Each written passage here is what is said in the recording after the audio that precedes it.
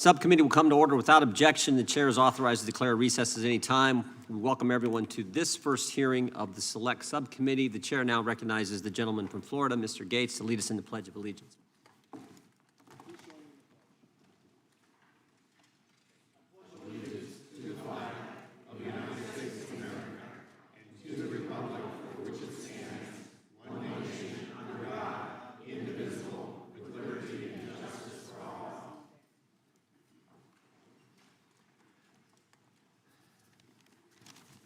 Chair now recognizes himself for an opening statement. November 18th, 2021, an FBI whistleblower discloses to Republicans on the House Judiciary that the FBI created a threat tag for parents voicing their concerns at school board meetings. April 26, 2022, another FBI whistleblower discloses that the FBI employees are being run out of the Bureau for attending conservative political events. May 11th, 2022, another FBI whistleblower discloses that dozens of parents with the threat tag designation to their name are investigated by the FBI. This also happens to be the same whistleblower who said the FBI leadership, not the rank and file members, the FBI leadership is rotted at its core. His clearance has been revoked and he's been suspended. June 7th, 2022, another FBI whistleblower is retaliated against after giving feedback on an anonymous survey. July 27th, 2022, another FBI whistleblower discloses that agents are pressured to reclassify cases as domestic violent extremism cases to hit self-created performance metrics. September 14th, 2022, an FBI whistleblower discloses that the FBI views the Betsy Ross flag as a terrorist symbol.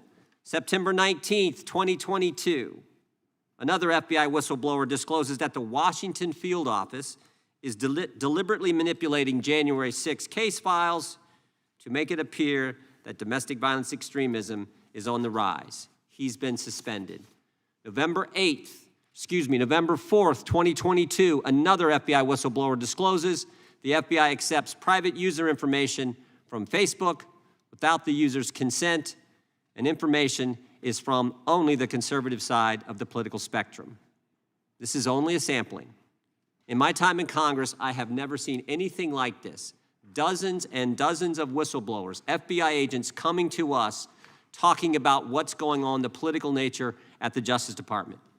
Not Jim Jordan saying this, not Republicans, not conservatives, good, brave FBI agents who are willing to come forward and give us the truth. And this is just the FBI. Americans have concerns about the double standard at the Department of Justice. Americans have concerns about the Disinformation Governance Board that the Department of Homeland Security tried to form. Americans have concerns about the ATF and what they're doing to the Second Amendment. And of course, they have concerns about the IRS and the thousands of new agents who are coming to that organization. And finally, there are concerns about what we've learned in the Twitter files, where big government and big tech colluded to shape and mold the narrative and to suppress information and censor Americans. Over the course of our work in this committee, we expect to hear from government officials and experts like we have here today. We expect to hear from Americans who've been targeted by their government. We expect to hear from people in the media. And we expect to hear from the FBI agents who have come forward as whistleblowers. We think many of them will sit for transcribed interviews, as one did on Tuesday. And we believe several of them will come and testify in open hearings. And finally, we expect to bring forward legislation that will help protect the American people. We hope our Democrat colleagues will work with us. The day the resolution creating this select committee was debated and passed, though, Mr. Jeffries, Mr. Nadler said Democrats would, quote, fight us tooth and nail. We hope that attitude changes. We want to work with them. Protecting the First Amendment shouldn't be partisan. Protecting the Constitution shouldn't be partisan. And protecting the fundamental principle of equal treatment under the law should not be partisan. With that, I yield to the ranking member for her opening statement. Thank you, Chairman Jordan. Nobody disputes the important role of congressional oversight. I know firsthand how important it is to ask questions and demand answers of the federal government. In the ordinary course of business, that work informs the legislative process. In extraordinary times, when misconduct in the executive branch threatens to undermine our democratic institutions, congressional oversight can serve to protect the integrity of our republic. For example, I'm proud of the role I played as an impeachment manager in the second impeachment of President Donald Trump in the aftermath of the attack on the Capitol. That bipartisan work was both a measure of accountability and a sign to the American people that Congress had no intention of being bullied into giving up on a peaceful transfer of power. But there is a difference, my colleagues, between legitimate oversight and weaponization of Congress and our processes, particularly our committee work, as a political tool. I'm deeply concerned about the use of this select subcommittee as a place to settle scores, showcase conspiracy theories, and advance an extreme agenda that risk undermining Americans' faith in our democracy.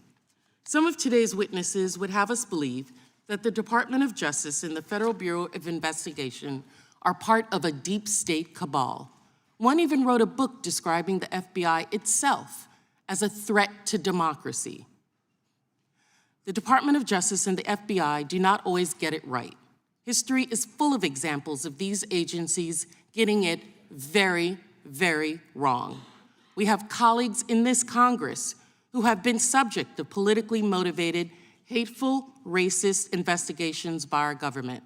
That does not logically follow that every investigation or criminal inquiry by the FBI or the Department of Justice is political or ideologically based.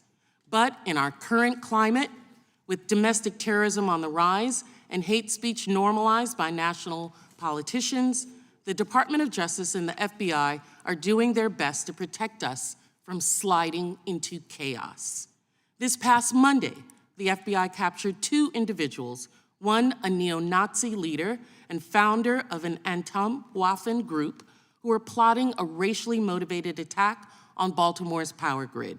They said their goal was to, quote, completely destroy this whole city, end quote.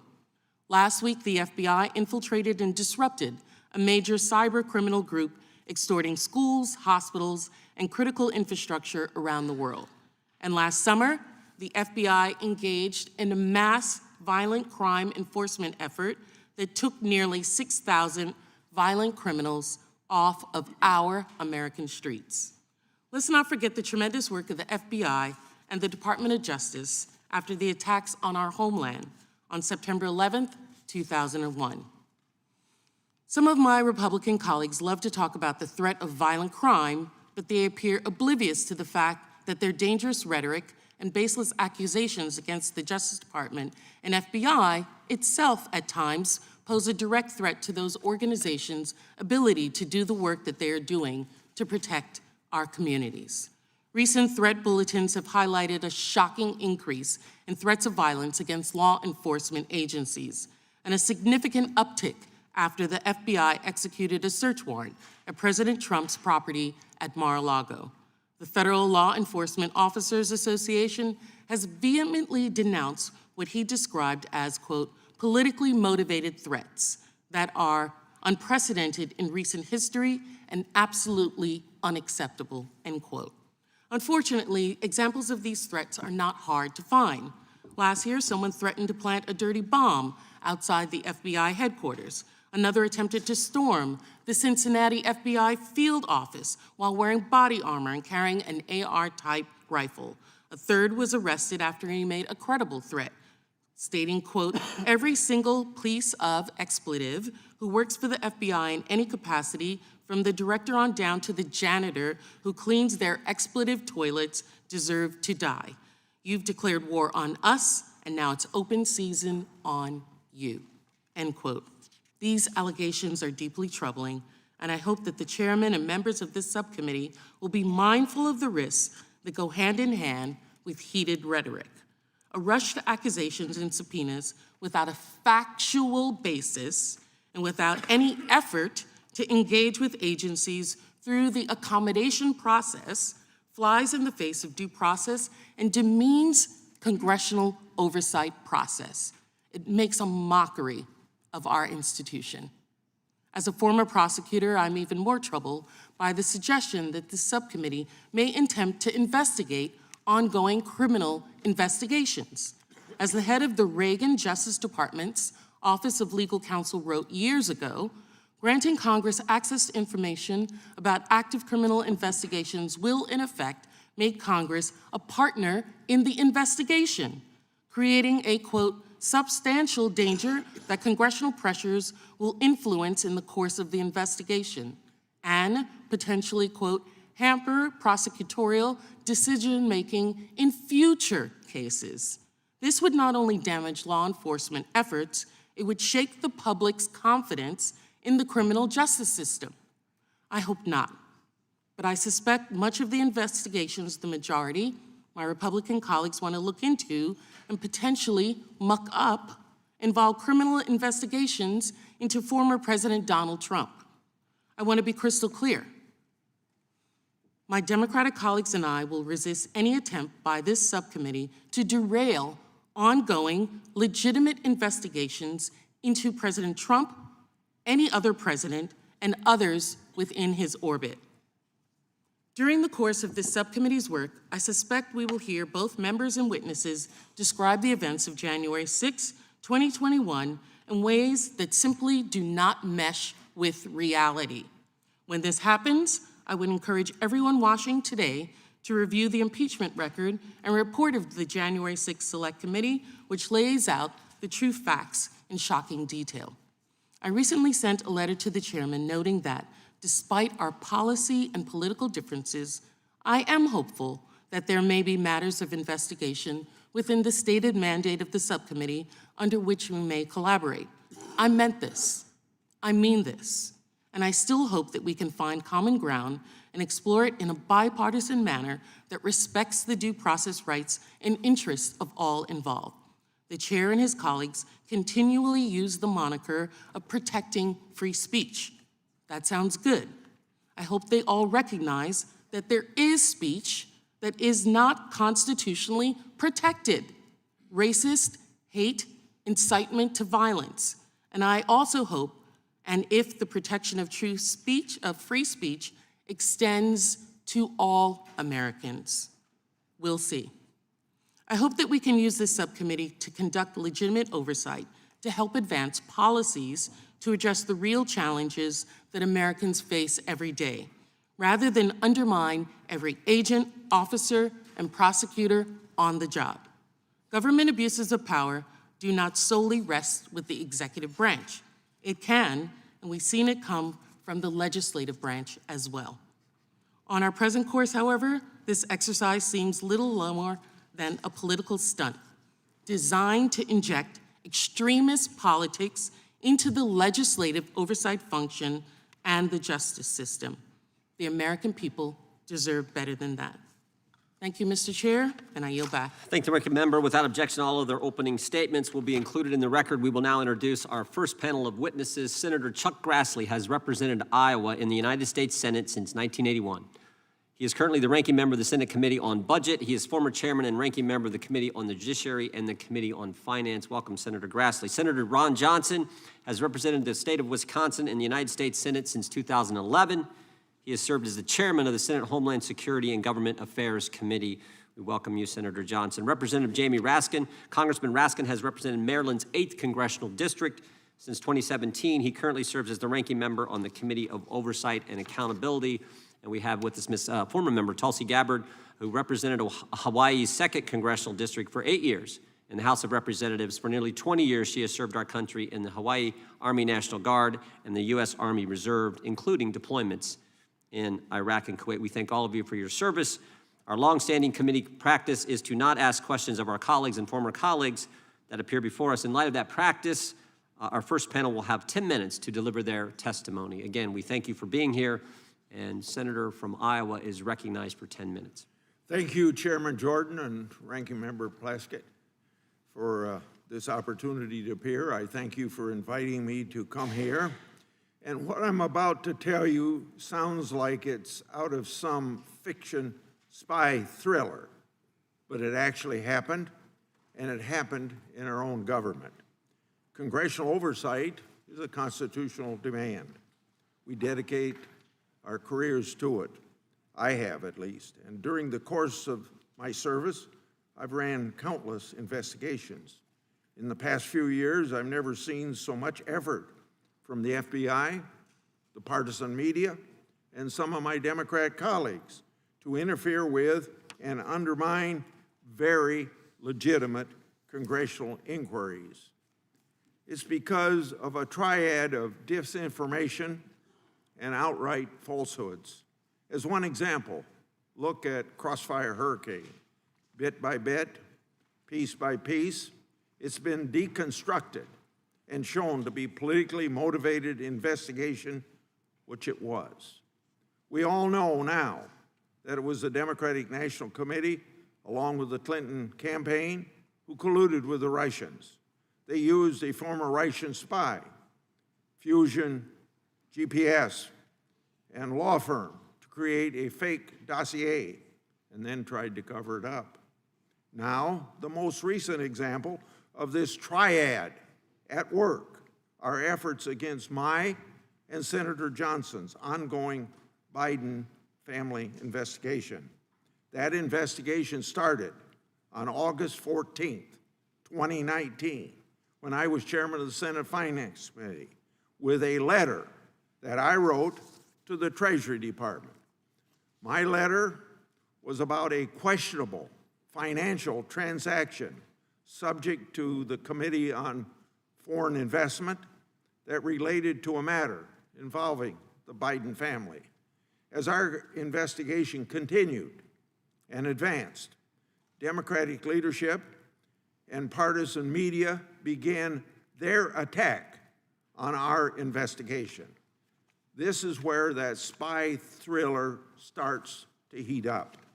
On July 13th, 2020, then Minority Leader Schumer, Senator Warner, then Speaker Pelosi, and then Chairman Schiff sent a letter with a classified attachment to the FBI. That letter expressed a purported belief that Congress was the subject of a foreign disinformation campaign. The letter was targeted at the Johnson-Grassley investigation. However, the classified attachment included unclassified element that attempted and failed to tie our work to a Russian agent named Andrei Derkash.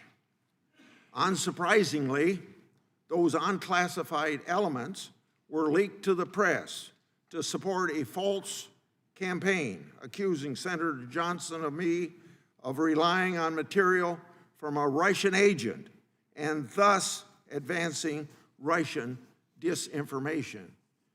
Of course, it was pure nonsense that the irresponsible media portrayed this all as the truth. Guess what then? Chairman Schiff claimed without any evidence whatsoever that our oversight work was rooted in Russian disinformation. Of course, you know, he conveniently left out that our oversight work was actually rooted in official U.S. government and Obama administration records. Then, guess what? Senator Blumenthal also wrote an op-ed in the Washington Post accusing our investigation of, quote, perpetuating Russian disinformation in the U.S. Senate, end of quote. And then, guess what? Minority Leader Schumer and then Ranking Member Wyden tried to offer a resolution in the Senate disparaging our Biden investigation. They, in a sense, were basically calling us Russian stooges. Pretty simple. That violated Senate rules in their efforts and, of course, were appropriately shut down. On July the 16th, 2020, mere days after the July 13th letter, then ranking members Wyden and Peters wrote a letter to me and Senator Johnson asking for a briefing from the FBI's Foreign Influence Task Force. Our staff and the ranking member staff had already, now remember, we had already received a briefing March of 2020 that put the issue to rest. So why another briefing? The point being, there was no real purpose for another briefing, let alone a member-level briefing, other than to further undermine our investigation. Some of our Democratic colleagues weren't interested in anything but using the briefing to try and destroy our investigation. But at these Democrats' insistence, the FBI caved. In August 2020, Senator Johnson and I had that infamous briefing from the FBI that was needless.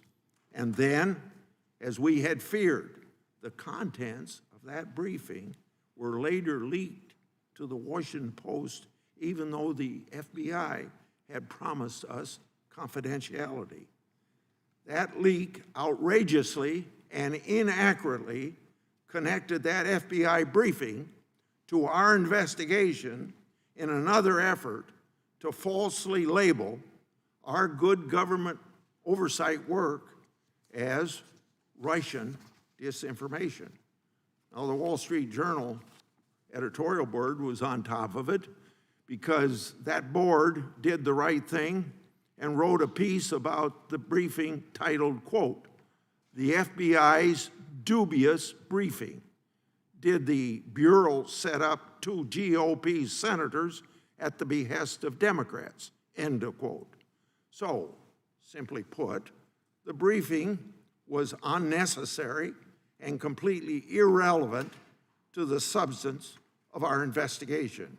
It was only done because the Democrats wanted to do so. They could try and smear us, and the FBI wrongly did their bidding. To this very day, Director Wray refuses to provide Senator Johnson and me, as constitutional officers, records relating to that briefing, including the alleged intelligence basis for it. Director Wray has consistently failed to perform duties required of his position. Now, another example of this Democratic disinformation campaign involved a George Kent, former State Department Deputy Assistant General. Senator Johnson and I ran a transcribed interview with George Kent. Before the interview, Democrats acquired material from that Russian agent, the same one that I mentioned earlier.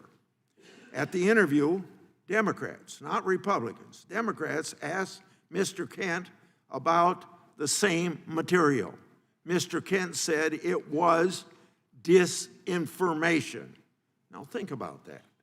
After all the spears the Democrats were throwing at the two of us, in the end, it was the Democrats who introduced Russian disinformation from a Russian agent into the investigative record as an exhibit. A foreign agent whom our own intelligence committee warned was actively seeking to influence U.S. politics. Not me or Senator Johnson, not our staff. It was the Democrats who inserted disinformation from the Russians into our official record.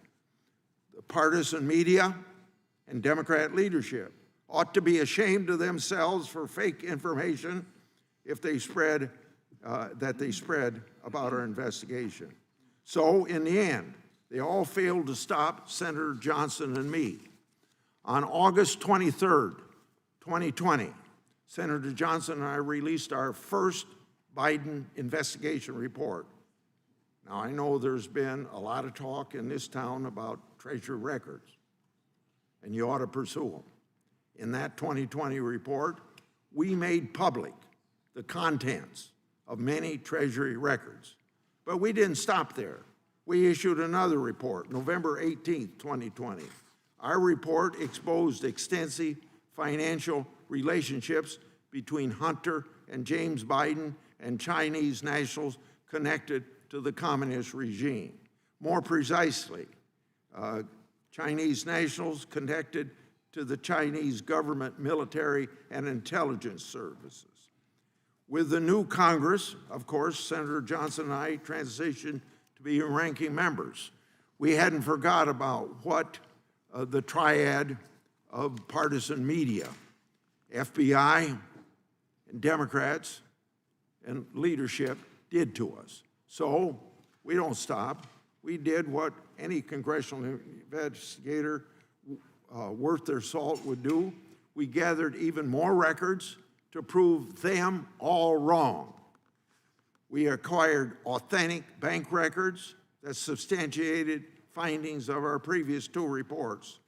They financially linked Hunter Biden and James Biden to entities and individuals connected with the communist Chinese regime. We also acquired business records with Hunter and James Biden's signatures alongside those same Chinese nationals. How were they supposed to be paid? According to bank records, there were wires from companies linked to the communist regime. In 3 floor speeches, we made those bank records public and asked this question to our partisan detractors, the same ones that I mentioned throughout my remarks, and maybe a lot of others. Are these official bank records Russian disinformation? We also shared hundreds of pages of bank records with U.S. Attorney Weiss. He failed to respond. Now, as our investigation continued, whistleblowers approached my office with allegations that the FBI created an assessment in August 2020, the same month that the FBI briefed me and Senator Johnson. According to these whistleblowers, that assessment was used by FBI headquarters to improperly discredit negative Hunter Biden information as, you might expect, disinformation. As a result, this scheme allegedly caused investigative activity to entirely cease. It's been further alleged to me that in September 2020, the same month Senator Johnson and I released our first report, those FBI headquarters personnel began placing their analysis of the credibility of reporting related to the Biden family in what I've been told is a restricted access sub-file. Further allegations to my office involved FBI personnel at the Washington field office who improperly ordered information to be closed by the FBI related to Hunter Biden's potential criminal conduct in October 2020, just before the election, even though it was verified or it was verifiable. Other whistleblower disclosures to my office make clear that the FBI has within its possession very significant, impactful, and voluminous evidence with respect to potential criminal conduct by Hunter and James Biden. These disclosures also allege that Joe Biden was aware of Hunter Biden's business arrangements and may have been involved in some of them. We still aren't sure what's been done with this information. The FBI's track record doesn't create much faith that the information is going to be followed up on. It's clear to me that the Justice Department and the FBI are suffering from a political infection that, if it's not defeated, will cause the American people no longer to trust these storied institutions. It will also threaten the American way of life. Unfortunately, what you've heard from me, this story of government abuse and political treachery, is scarier than fiction. It really happened. But, Mr. Chairman, your committee here, so assembled, has an opportunity to help us write the last chapter in this real-life drama. You must relentlessly pursue the facts and the evidence. Senator Johnson and I will do the same and willing to work with you. Thank you. Thank you so much, Senator Grassley. Senator Johnson. Chairman Jordan, Ranking Member Plaskett, members of the Select Committee. Thank you for inviting me to testify about my personal knowledge of and experience with federal agencies being weaponized against U.S. citizens. Senator Grassley has just described the most egregious examples undertaken by multiple actors and agencies to undermine and sabotage our joint investigations. But to begin, let me be clear. Throughout my testimony, I am not talking about the men and women in government who conduct themselves with integrity and patriotism. But at the outset, it is important to recognize corrupt individuals within federal agencies that I am talking about are not acting alone. They operate as vital partners of the left-wing political movement that includes most members of the mainstream media, big tech social media giants, global institutions and foundations, Democrat Party operatives, and elected officials. As the Twitter files reveal, these actors work in concert to defeat their political opponents and promote left-wing ideology and government control over our lives. My eyes began opening to this reality with the disclosure of how the Obama administration weaponized the IRS to harass Tea Party groups by denying them tax-exempt status. My personal knowledge and experience with agency corruption began in 2015 when I became chairman of the Senate Committee on Homeland Security and Governmental Affairs.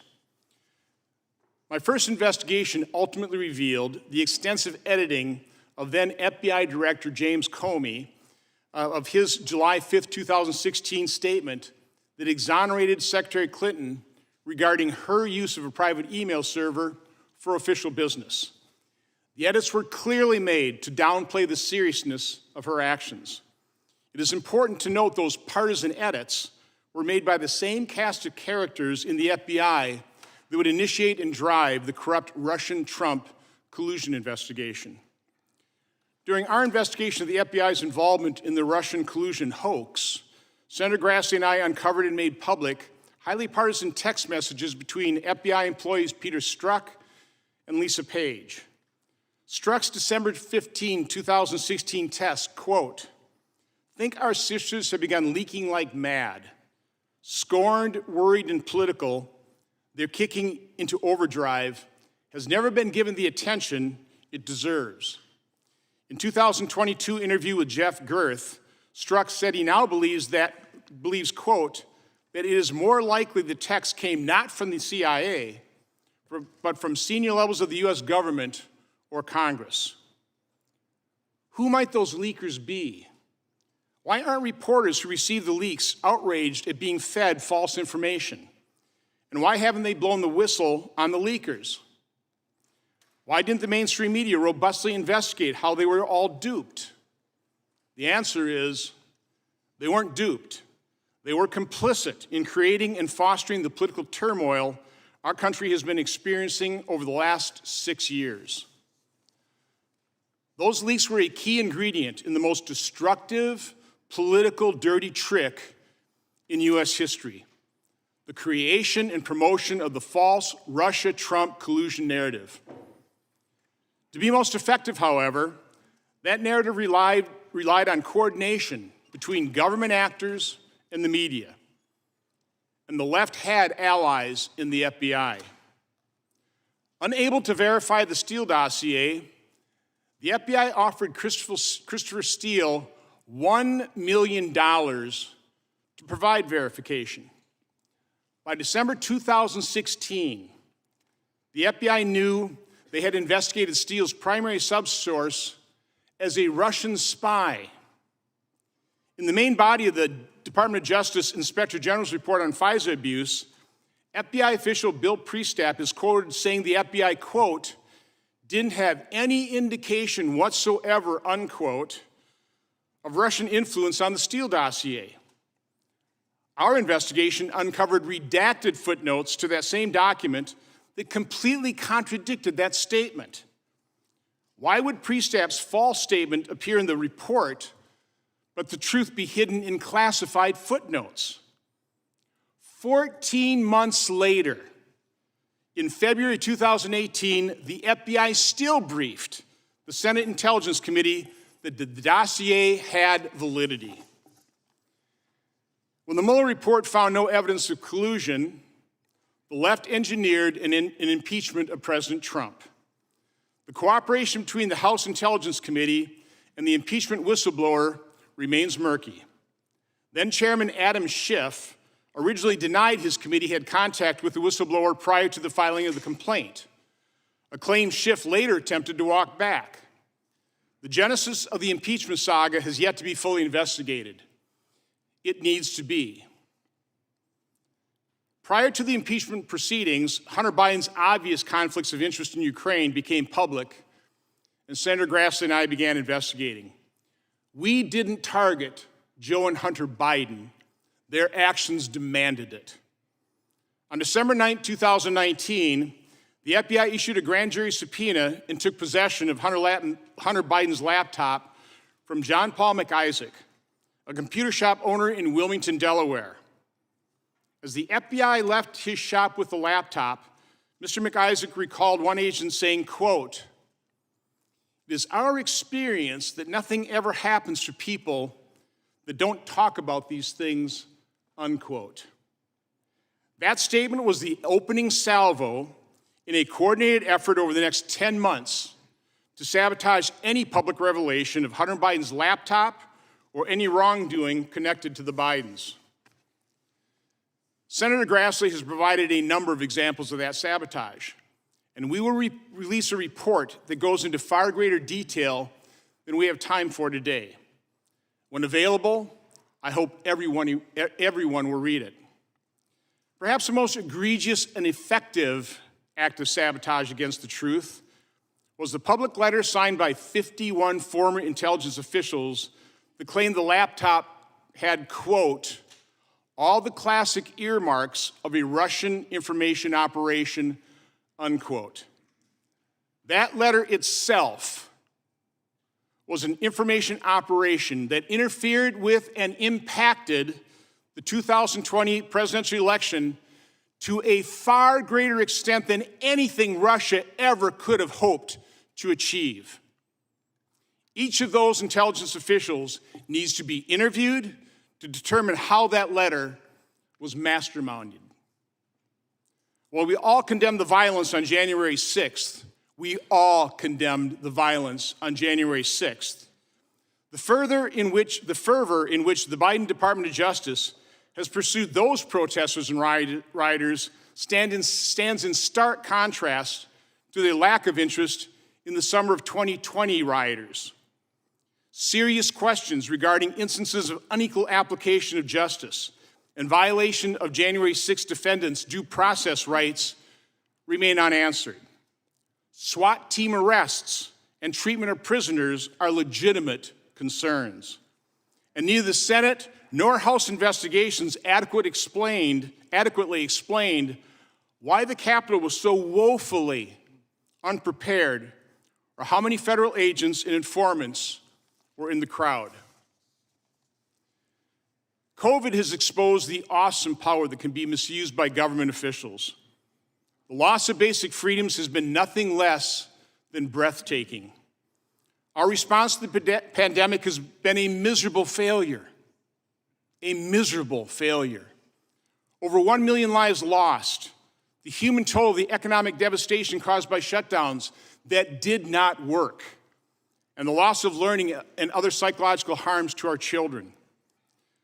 Federal health officials denied patients early treatment and to this day refuse to acknowledge the extent of significant injuries caused by the COVID vaccines. Emails between Anthony Fauci and Francis Collins reveal how they intended to use their awesome government authority and power to accomplish a, quote, devastating published takedown, unquote, of scientists who offered a different approach to handling the pandemic. Have emails also revealed Fauci's attempt to hide his agency's role in funding dangerous research that might have led to the creation of the deadly coronavirus? We don't know because those agencies won't provide the unredacted documents. Federal health agencies have not been honest or transparent. I've written over 50 oversight letters, and the vast majority of the questions I have asked have either received an inadequate response or no response at all. I have requested information that the public has a right to know. Doctors who have had the courage and compassion to treat COVID patients using their off-label prescription rights have been vilified, censored, and their careers destroyed. Other health professionals have noticed, toed the line, and remained silent. Parents who, out of concern for their children, question school boards and administrators have been labeled potential domestic terrorists and must now fear scrutiny from the federal law enforcement. With the release of the Twitter files and the Missouri and Louisiana lawsuits against the Biden administration, we are getting a clearer picture of how active government officials were in suppressing free speech and controlling the narrative. It is also becoming obvious that the World Health Organization has been captured by the Chinese government, that global institutions in general have been captured by the left, and that some charitable foundations are exerting far more power over public policy than should be allowed. Chairman Jordan, members of the committee, you have important work before you. Although you have been generous in granting me 10 minutes to offer my testimony, I have barely scratched the surface in describing the complexity, power, and destructive nature of the forces that we face. Our founders fully understood that government was necessary to avoid anarchy, but they also knew that government power was something to fear. That's why they devised a set of checks and balances to limit government's power and influence over our lives. Ideally, a free press would hold all government officials equally accountable. But with today's media mostly biased to the left, congressional oversight is needed now more than ever. And because the administration is not cooperative and transparent, Congress needs whistleblowers from agencies throughout the federal government. I urge men and women with integrity to come forward and reveal the truth. Senator Grassley and I will do everything we can to encourage bipartisan oversight in the Senate and stand ready to assist your efforts in any way that we can. Thank you. Thank you, Senator Johnson. We look forward to your report. We hope that is coming shortly. We now recognize Representative Raskin for his testimony. Chairman Jordan, Ranking Member Plaskett, dear colleagues, our framers were Enlightenment thinkers who wrote us an Enlightenment Constitution. They wanted government to operate on the basis of facts, science, and common sense, not ignorance and superstition. They wanted America to usher in an age of reason. With the separation of powers, the framers constitutionalized Newton's third law of motion, checking every action with an equal and opposite reaction. And Congress in Article 1 was given the central role of legislating and making progress for our people. The oversight function is not specified in Article 1, but the Supreme Court has always said that it's implied, something necessary and proper for the legislative function. As Madison famously said, those who mean to be their own governors must arm themselves with the power that knowledge gives.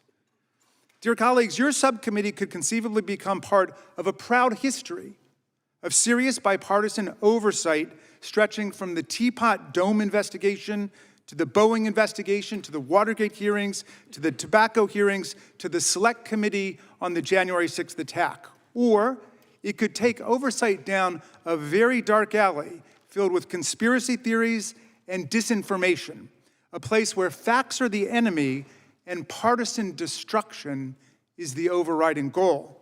Millions of Americans already feared that weaponization is the right name for this special subcommittee. Not because weaponization of the government is its target, but because weaponization of the government is its purpose. What's in a name? Well, everything is here. The odd name of the Weaponization Subcommittee constitutes a case of pure psychological projection. When former President Donald Trump and his followers accuse you of doing something, they're usually telling you exactly what their own plans are. By establishing a select subcommittee on weaponization, they're telling us that Donald Trump's followers, who obviously controlled the subcommittee, will continue weaponizing any part of the government they can get their hands on to attack their enemies, defined as anyone who stands in the way of their quest for power. To be clear, that's not an exclusively partisan operation. They've proven that they will weaponize the government not just against the other party, but against anyone who refuses to bend to the will and whim of one Donald Trump, whether that's a lifelong Republican state election official like Georgia Secretary of State Brad Raffensperger, a foreign head of state like President Zelensky, a political movement like Black Lives Matter, a once close personal friend and ally of Trump's like his personal lawyer Michael Cohen for many years, or even a sycophantic Trump cabinet appointee and lifelong Republican like Attorney General William Barr, if these people break from the habits of lying and lawlessness that define life as a camp follower in the cult of Donald Trump.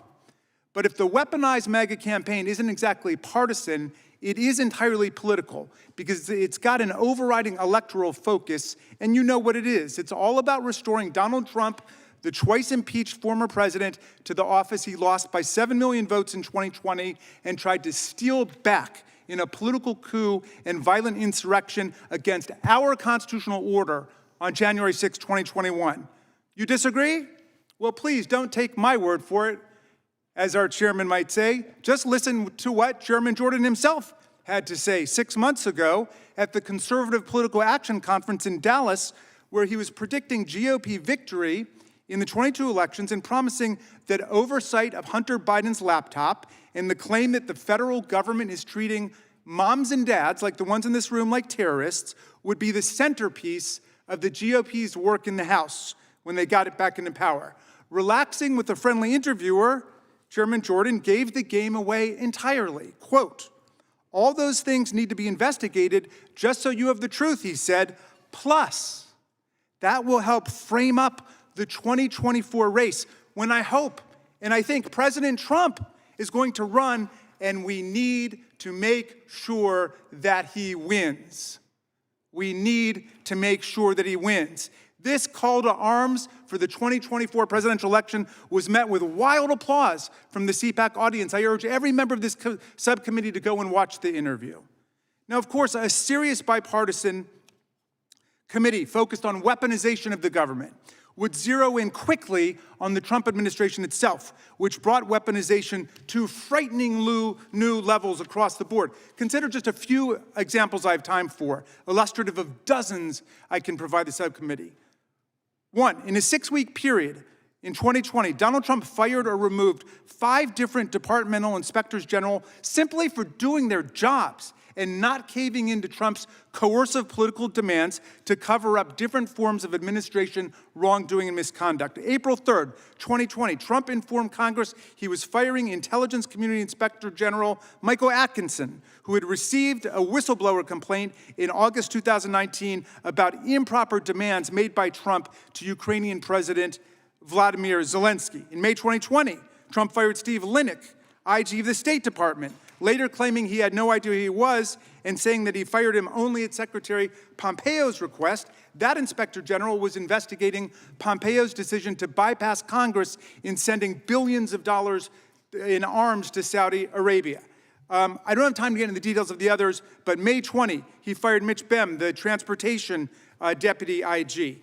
He relieved of duty Glenn Fine, acting IG for the Defense Department. He removed Christy Grimm, the acting inspector general of HHS. Second, breaching the traditional separation between the president and Department of Justice criminal prosecutions, Trump and his obliging sycophantic attorney generals, like Jeff Sessions and William Barr, repeatedly pressured career prosecutors to go hard or go soft in particular cases, always seeking to reward Trump's friends or to punish his enemies. If weaponization of the Department of Justice has any meaning, this is it. Consider the egregious case of Gregory Craig, a White House counsel under Obama, who was targeted by the DOJ for alleged FARA violations and finally indicted on a single count of making false statements. He was acquitted unanimously by the jury in less than 5 hours, and one of his lawyers observed that the Department of Justice had hounded his client without any evidence and without any purpose. Former U.S. Attorney Jeffrey Berman said that Greg Craig never should have been prosecuted. Consider the case of Michael Cohen, the president's former lawyer and confidant for many years. In August 2018, he pleaded guilty to campaign finance violations over large hush money payments he arranged before the 2016 election to keep porn star Stormy Daniels and Karen McDougal from talking about sexual affairs they had with Donald Trump. You guys remember this one? Well, after Barr became Attorney General in February of 2019, he worked to kill further investigations related to those payoffs and suggested that Mr. Cohen's conviction on campaign finance charges itself be reversed, even though 6 months had already passed since Cohen had entered a guilty plea. Amazingly, after Cohen was imprisoned for a year and then being transferred out of prison to home confinement during COVID-19, Barr and the DOJ intervened to block his transfer because Cohen would not immediately accept as a condition of his ankle bracelet home confinement not to engage in First Amendment activities, specifically writing and publishing a book about Donald Trump or saying anything in public on TV or in the social media about Donald Trump. Cohen had already been home for 2 weeks when this unconstitutional demand from DOJ appeared, and when he and his attorney dared to ask questions about it, 3 federal marshals showed up with handcuffs and shackles, and he was returned to the Otisville Correctional Institute. There he spent 16 days in solitary confinement before they were able to get his case before a federal district judge who immediately found that Barr's purpose, quote, in transferring Cohen from release on furlough and home confinement back to custody was retaliatory in response to Cohen desiring to exercise his First Amendment rights to publish a book critical of the president and to discuss the book on social media. Can you think of a more egregious example of weaponizing the Department of Justice for nakedly political purposes than imprisoning and putting in solitary confinement the president's own former lawyer simply because he wanted to exercise his First Amendment rights? Consider the John Durham investigation. At the urging of Republicans, including the good chairman, the John Durham Special Counsel investigation was set up in 2019 by Barr to try to find wrongdoing by intelligence or law enforcement agencies in the origins of the Mueller investigation. And we've heard some of the murmurings about this today. After 4 years and millions of dollars spent, the Durham investigation closed as a total flop without unearthing anything like the deep state conspiracy that Republicans have been denouncing around here for years. It couldn't find anything of substance to it. Yet Barr and Durham kept pressing in clearly abusive ways. I hope your subcommittee will investigate. One former DOJ prosecutor, Robert Luskin, a defense lawyer who represented 2 witnesses before the Durham probe, told the New York Times he was shocked. This stuff had my head spinning, he said. When did these guys drink the Kool-Aid and who served it to them? Amazingly, when prosecutors participating in this wild goose chase actually came into possession of evidence of a real offense from Italian government officials of a potentially major financial crime committed by Donald Trump, Durham was suddenly deputized to investigate it, and the whole investigation mysteriously disappeared without a trace. Trump's enablers now want this subcommittee not to examine the Durham debacle as a case study in dangerous weaponization of the justice function, but rather to pick up the baton from the defeated and demoralized Durham team and to keep the wild goose chase going today. Third, the former president had no qualms about literally weaponizing our nation's law enforcement and military against First Amendment activity for his political purposes. I commend to you the debacle that took place on June 1st, 2020 in Lafayette Square, where they mobilized an interagency law enforcement troop and then unleashed them on horseback with pepper spray and batons, billy clubs, rubber bullets against a totally lawfully present crowd. Mr. Chairman, I want to be clear. I'm not suggesting that any of the investigations that have taken place during the last 2 years have been perfect. I'm sure they could have been improved in some ways. That's a legit thing for you to ask. But it's one thing to engage in systematic oversight driven by a commitment to facts and the truth, and something radically different to set up a platform for a series of hit-and-run partisan attacks that are just vindictive, vendetta-driven, and meant to frame up a presidential campaign in 2024. And some of the new rhetoric we've been hearing can be dangerous, as the ranking member was pointing out. After the execution of a perfectly lawful judicial search warrant in Palm Beach in August of last year, politicians and media figures began denouncing the FBI, the whole FBI and FBI agents, in vitriolic terms. And since then, the FBI and DHS have observed an increase in violent threats posted on social media against federal officials and facilities, including a threat to place a dirty bomb in front of FBI headquarters and issuing general calls for civil war and armed rebellion. And we've heard those calls before in this chamber. On August 11th, last year, a person wearing a technical vest and armed with an AR-style rifle and nail gun attempted to forcibly enter the FBI Cincinnati field office. When officers responded, he fled the scene and a pursuit followed. During a prolonged standoff with the FBI, the man fired multiple shots at Ohio State Highway Patrol. Mr. Chairman, the public is skeptical about this strange new venture with the strange new name that's being launched, because so many of the members involved have done everything they can to block the January 6th committee's investigation of the worst insurrectionary domestic violent attack on an American election in the American Congress in our history. And the public wonders whether members who refuse to comply with congressional subpoenas themselves should be issuing congressional subpoenas to other people.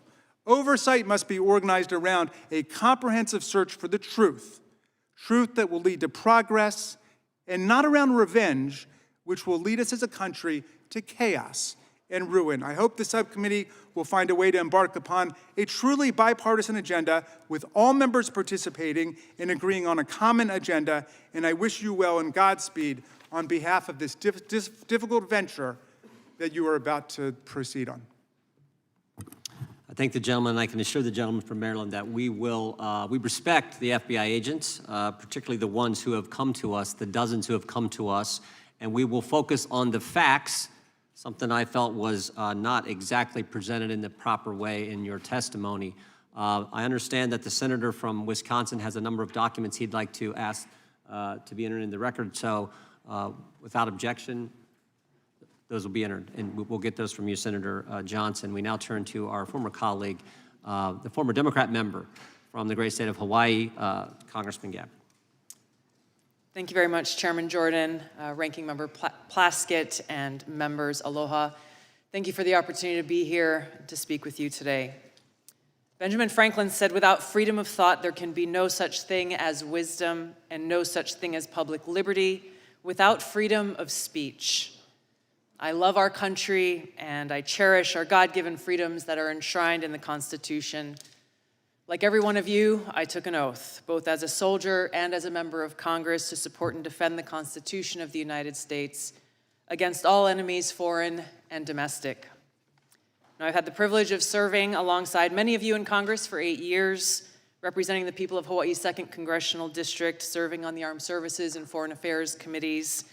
I'm honored to be able to continue to serve as a Lieutenant Colonel in the U.S. Army Reserves now for almost 20 years, where during that time I deployed to 3 war zones and participated in multiple overseas training exercises, where I had the opportunity to see firsthand what life is like in countries where there is no First Amendment, where there is no free press, where government deems itself to be the moral arbiter to its people, dictating to them what is right and wrong, what can and cannot be said, who can speak, who cannot, who is free to worship, and who is not.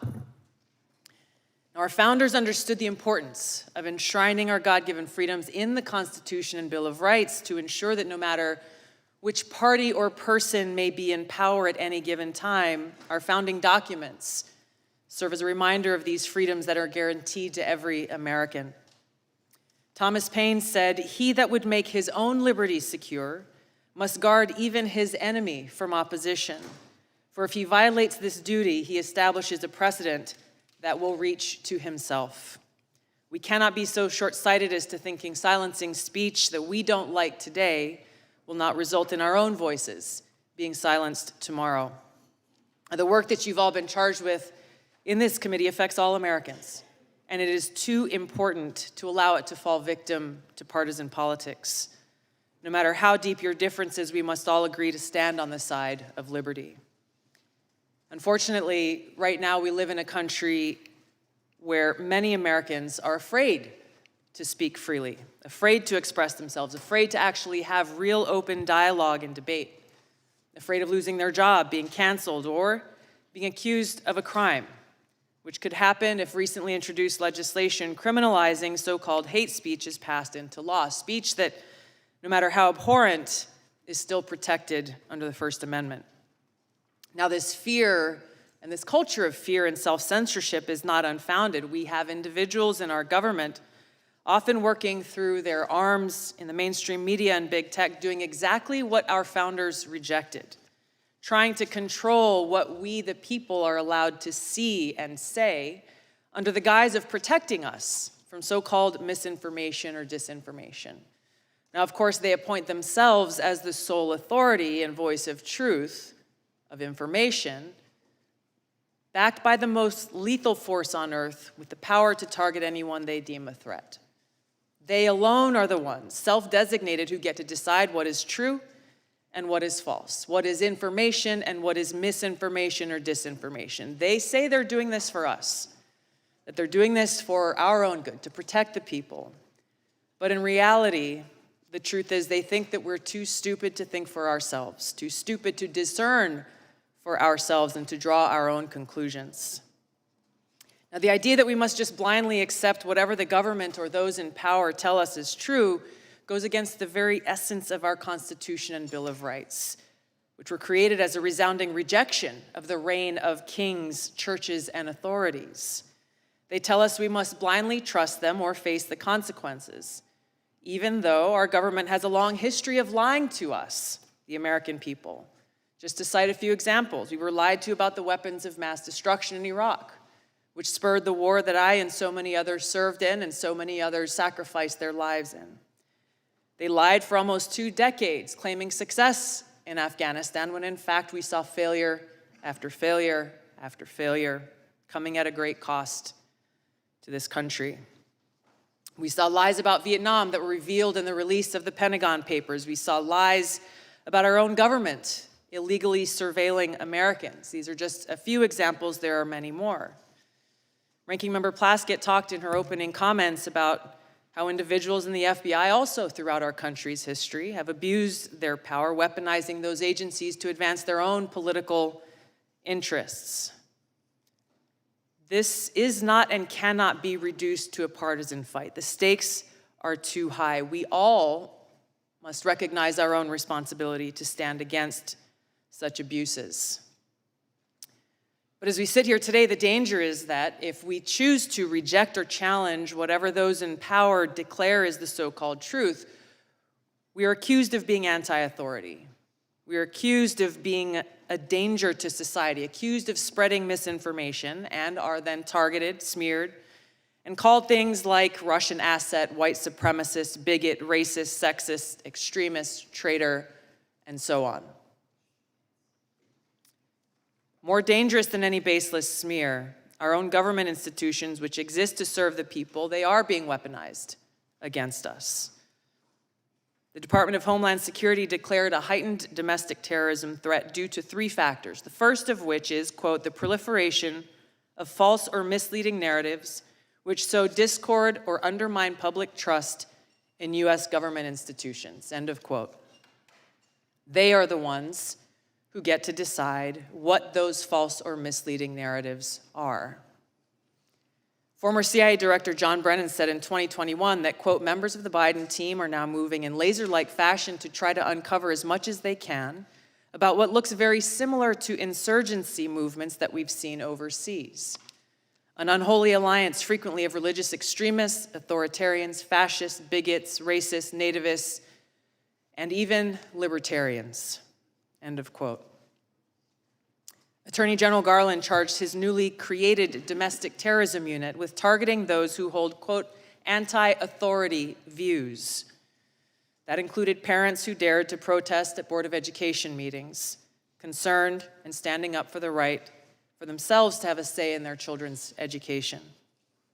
A draft copy of the Department of Homeland Security Quadrennial Homeland Security Review outlined their intent to target quote-unquote inaccurate information on a whole host of topics, to include the origins of COVID, vaccines, the U.S. withdrawal from Afghanistan, and U.S. support to Ukraine. Their misinformation, disinformation, and malinformation team exists to, quote, counter all types of disinformation. Once again, they get to determine what this disinformation is.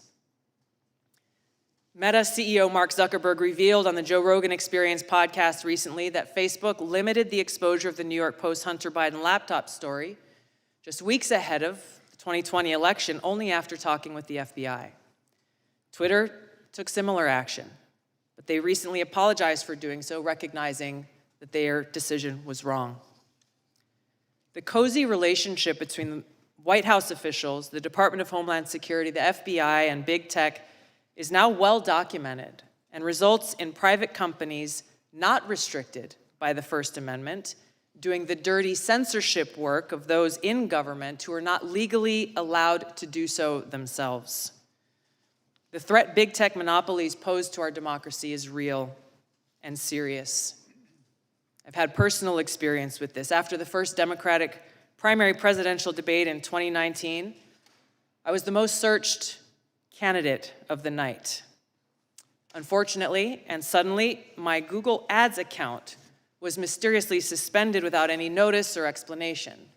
There were no responses to our multiple attempts to resolve whatever problem could have caused this, but after some time passed, magically, my account was reinstated, again with no explanation or apology. But their actions limited my ability to connect with voters who were actively seeking more information about my candidacy and why I was offering to serve them as President and Commander-in-Chief. This has not only happened to me, it's happened to other candidates running for various offices. Joe Kent, running for Congress in Washington State, is one I know personally of. This happens all the time, with these big tech monopolies interfering in our democracy by manipulating search results based on whatever it is that they want the American people to know about a particular candidate or issue that should be concerning to any one of us and all of us. Now, recently, we've learned that with the release of the Twitter files detailed by Matt Taibbi and others, high-level former FBI and CIA and other government officials were behind Hamilton 68 and their list of 644 social media accounts supposedly linked to, quote, Russian influence activities online. Now, Hamilton 68's work was widely cited as fact by institutions like Harvard and Stanford, by mainstream news organizations across the board, by members of the House of Representatives and Senate from both political parties, including the head of the Intelligence Committee. The problem is, it was false. Twitter themselves determined that the vast majority of counts that Hamilton 68 targeted on this list of 644 were, quote, neither strongly Russian nor strongly bots, end of quote. They were mostly anti-establishment American voices from across the political spectrum. I was one of them. Former Secretary of State Hillary Clinton accused me, a sitting member of Congress, a soldier, and a candidate running for president, of being, quote, groomed by the Russians. Her baseless smear worked as intended. It was something that was repeated over and over, headline after headline, article after article, pushed online in every way. This had the harmful impact that was intended. I could give you many examples of interactions that I've had with people throughout that campaign and still today. But I remember one in particular that had an impact. Just weeks after this statement was made, I was in South Carolina at a campaign event when an elderly woman came up to me, and I could tell that she was very disturbed. She came up and she put her hands on my shoulders and she looked into my eyes, her eyes welling up, hands shaking, and she said, "Look me in the eyes. I need to know if you are working for Putin." She was serious. I couldn't believe it. I looked her straight back in the eyes and expressed to her from my heart how much I love this country, so much that I'm willing to die for it. More recently, U.S. Senator Mitt Romney accused me of treason, a crime that is punishable by death under our laws. I challenged him to back this serious allegation up with evidence. What was this based on? There was no response, no explanation, no evidence, and certainly no apology. Now, these accusations are often shrugged off as, well, hey, it's politics. People say things about each other all the time. That may be easy for some of you to say, but for somebody who wears the uniform, this is serious. And it's serious not only to me, but to my fellow service members and veterans, every one of us making a decision at some point in our lives to raise our right hand, prepared and volunteering to lay our life down for this country. What does that mean in reality? It means that before every deployment, in our own hearts, we have to make peace with the possibility that we may not come home. It means writing letters to our loved ones, trying to find the words to express our love and gratitude, knowing that that may be our final goodbye. It means for those of us who do come home, doing our best every single day to honor the great sacrifices of our brothers and sisters who paid that ultimate price. This is much bigger than me or any one individual. When those who dare to challenge the establishment are targeted by this powerful conglomerate of government, corporate media, and big tech, weaponizing all that they have against the people for their own selfish gain, it has a dangerous chilling effect on free speech, and it sends a very powerful message. If you dare to challenge us, we will come after you. The more we allow this to happen, we start looking less and less like a democratic republic and more like a banana republic. Instead of a government ordained to secure these rights, we are now increasingly facing a government determined to take those rights away. George Washington warned, "For if men are to be precluded from offering their sentiments on a matter which may involve the most serious and alarming consequences that can invite the consideration of mankind, reason is of no use to us. The freedom of speech may be taken away, and dumb and silent we may be led like sheep to slaughter." We have to stop this insanity and protect these sacred freedoms. Vanquish the fear and self-censorship that is now pervasive. Every one of us taking action to breathe new life into the open marketplace of ideas that is at the heart of a thriving democracy, encouraging vigorous and substantive debate, encouraging people to think for themselves so we can draw our own conclusions, where we can disagree without devolving into hate, where we can respect each other as fellow Americans and treat each other with aloha. The work you have before you is critical for all of these reasons. The stakes are high. The consequences, for better or worse, will be long-lasting. For the sake of the American people, our freedom, and the future of this country we love, I pray we can set aside our partisan differences and commit to standing together to defend the constitutional right of every American to live free. Thank you, Mr. Chairman. Thank you, Congresswoman Gabbard. We appreciate those fine remarks. Congressman Raskin, we thank you for being here. Senator Johnson, we thank you as well for your testimony. The committee will stand in recess for 5 minutes more or less to get ready for the second panel. When did you ready?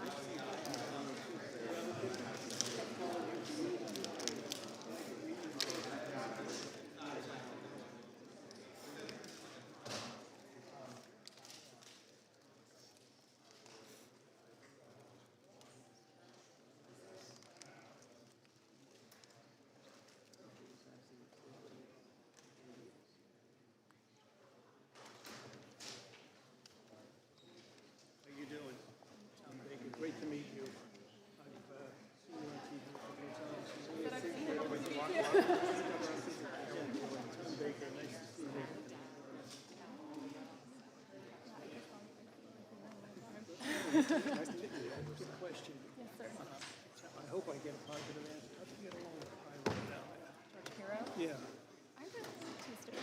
I liked him a lot. I met him years ago when he first came back from overseas. And he impressed me, and I talked to him a lot.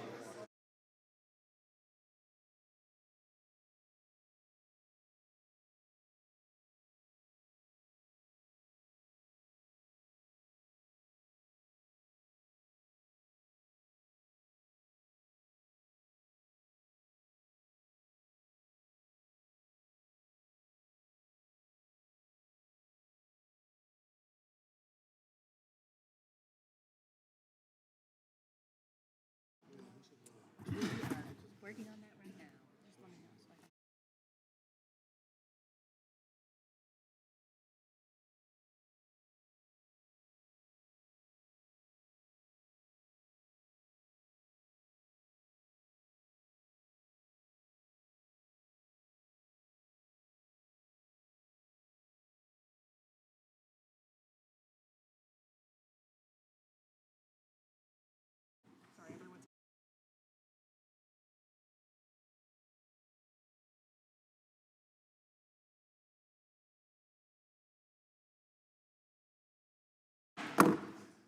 Committee will come to order. I want to introduce our second panel.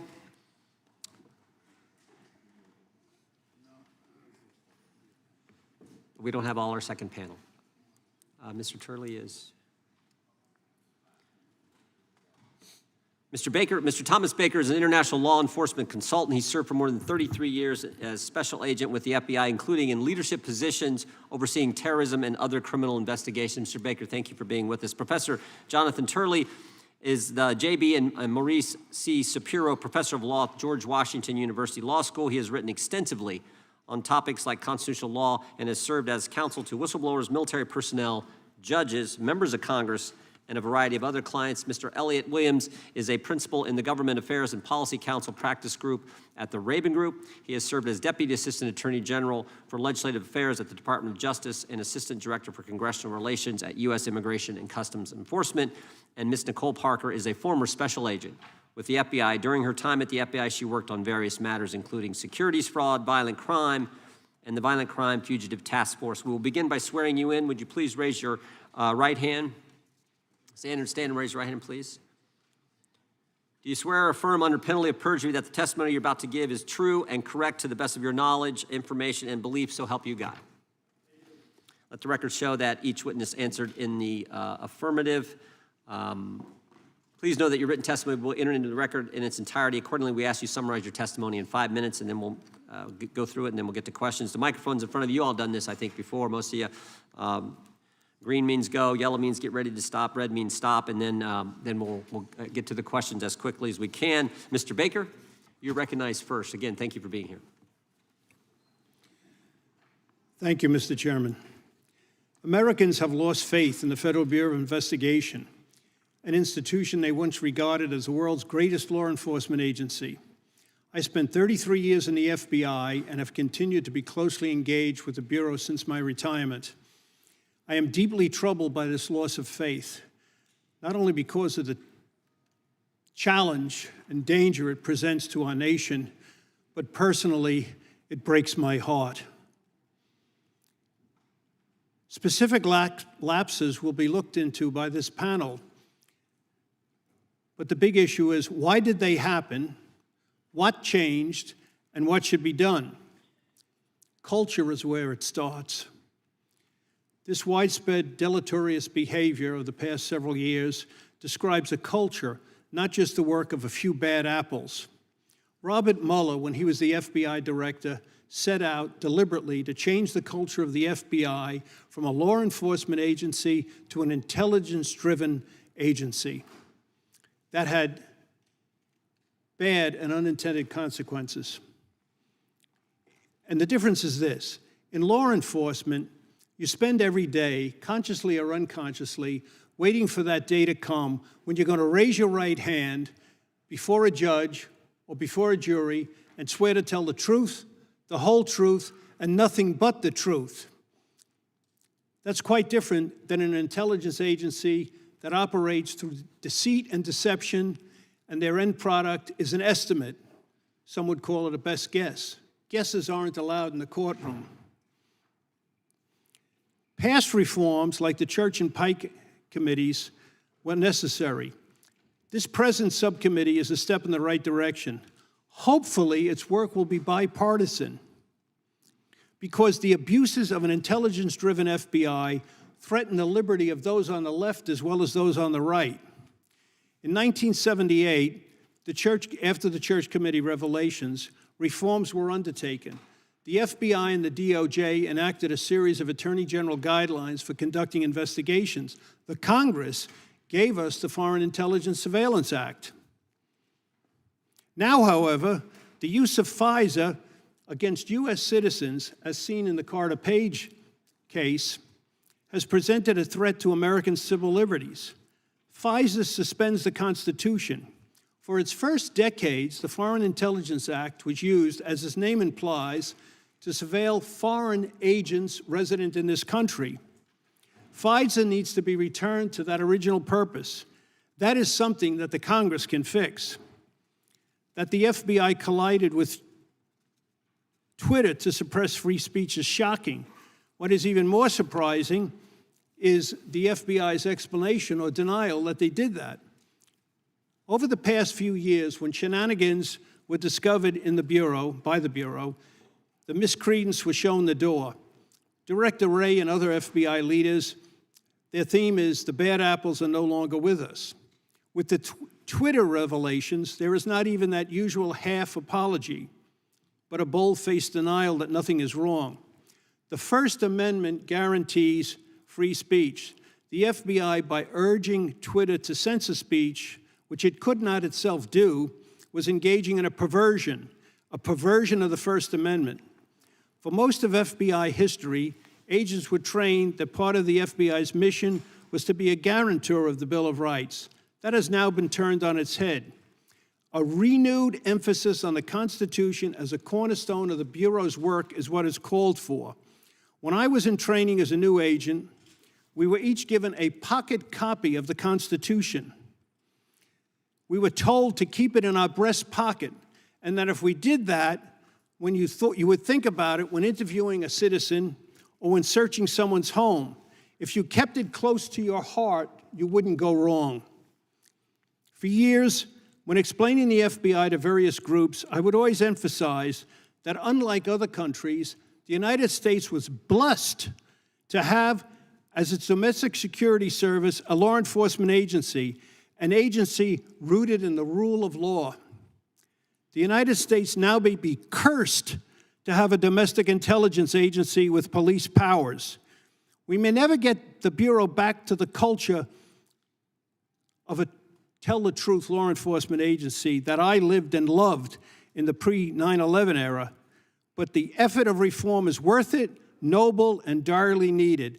I thank you all for your efforts. Thank you, Mr. Baker. Appreciate your testimony. Professor Turley, recognized for 5 minutes. Thank you, Chairman Jordan, Ranking Member Plaskett, members of the subcommittee. It's an honor to appear before you to discuss this subject. It is my sincere hope that there is room for bipartisan agreement, even in these times, when we talk about the government's role in regulating speech.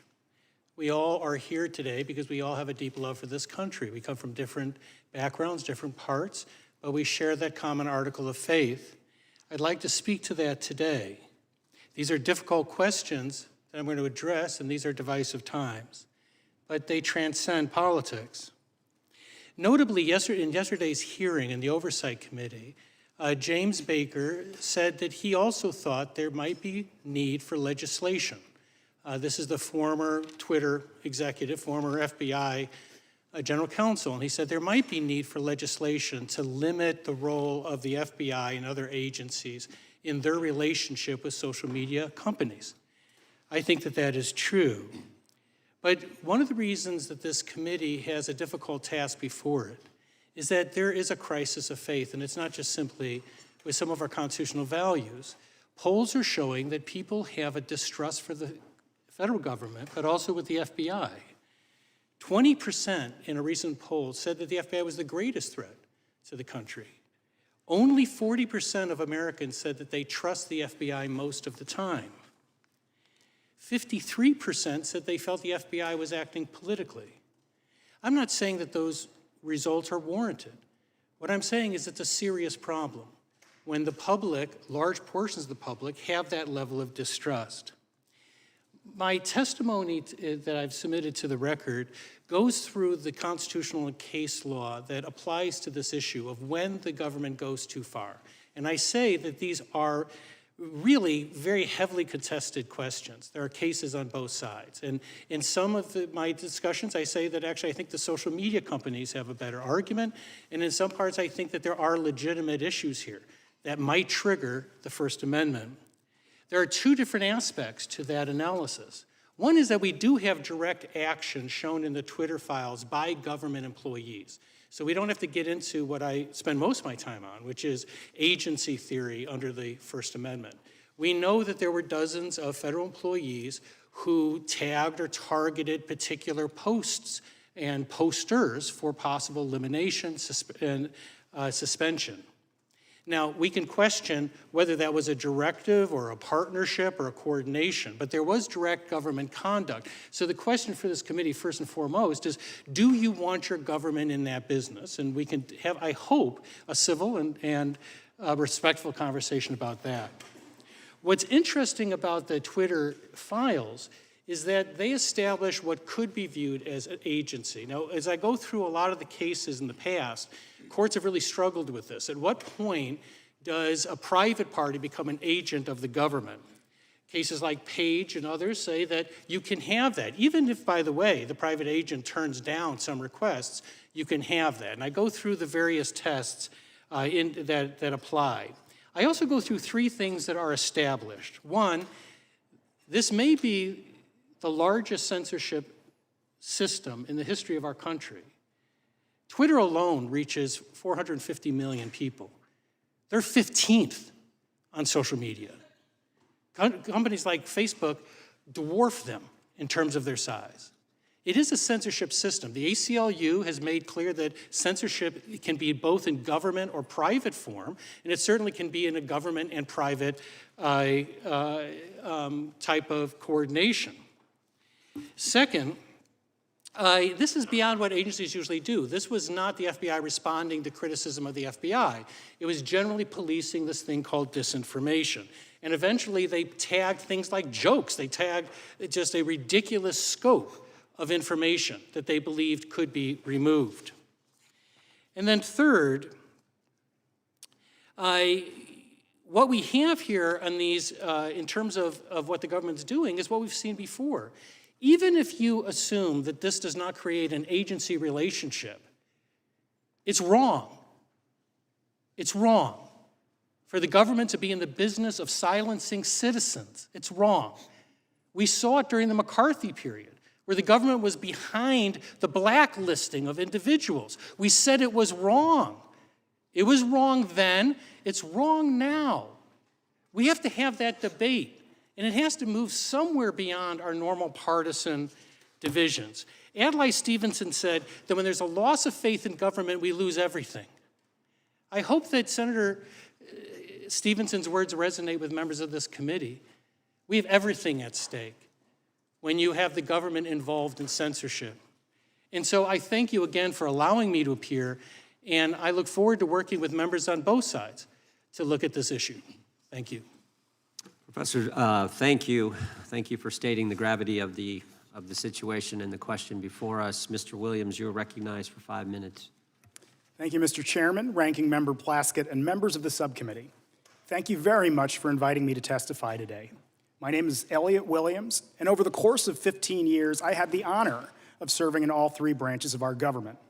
Across that time, I worked as both a career prosecutor and a senior appointee, as both a rank-and-file employee and in senior management, and in both Republican and Democratic administrations. For a major portion of my time in government, I served in roles tied directly to the relationship between the executive and legislative branches of government. I served as counsel to the Senate Judiciary Committee across the building, or across the courtyard. and helped run legislative affairs at both the United States Department of Justice and the United States Customs and Immigration Enforcement, or ICE. And I know that I'm here today speaking in my personal capacity and not on behalf of any employer. Now, having sat in the seats of the very staff behind you alongside some of the very people who are still here today, as well as in the role of the executive branch employee or official responding to your requests, I can say that each institution's interests are critically important to creating a healthy, functioning democracy. When they collide, it is crucial to recognize that our institutions are best served by reaching compromises or accommodations, and we're going to hear that word again in a moment, that protect the core interests of each branch of government. Congressional oversight, the reviewing or monitoring or supervision of federal agencies and activities, is essential to good government. It helps ensure that officials who hold the public trust apply laws fairly and spend their funds wisely, our funds wisely. It uncovers abuse and uproots waste. It encourages efficiency and fosters transparency. Now, this is a two-way street where Congress ends up better informed when making its legislative decisions, and the executive branch is in a better position to carry out its enforcement of our laws. Now, there is a natural and perfectly reasonable push and pull of constitutional and legal interests when two branches of governments interact.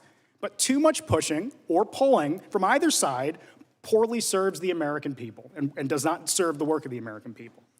Now, each branch of government, and I mean the legislative and executive, have a tremendous amount to lose and a lot to gain in the process. It's in the interest of people at both ends of Pennsylvania Avenue and across the country that our institutions and our democracy function properly.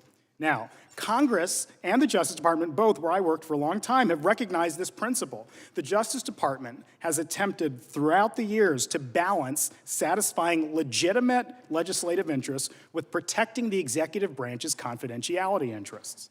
An obvious example arises when disclosure of case materials from an open criminal case or civil case might be disclosed to the public or to Congress.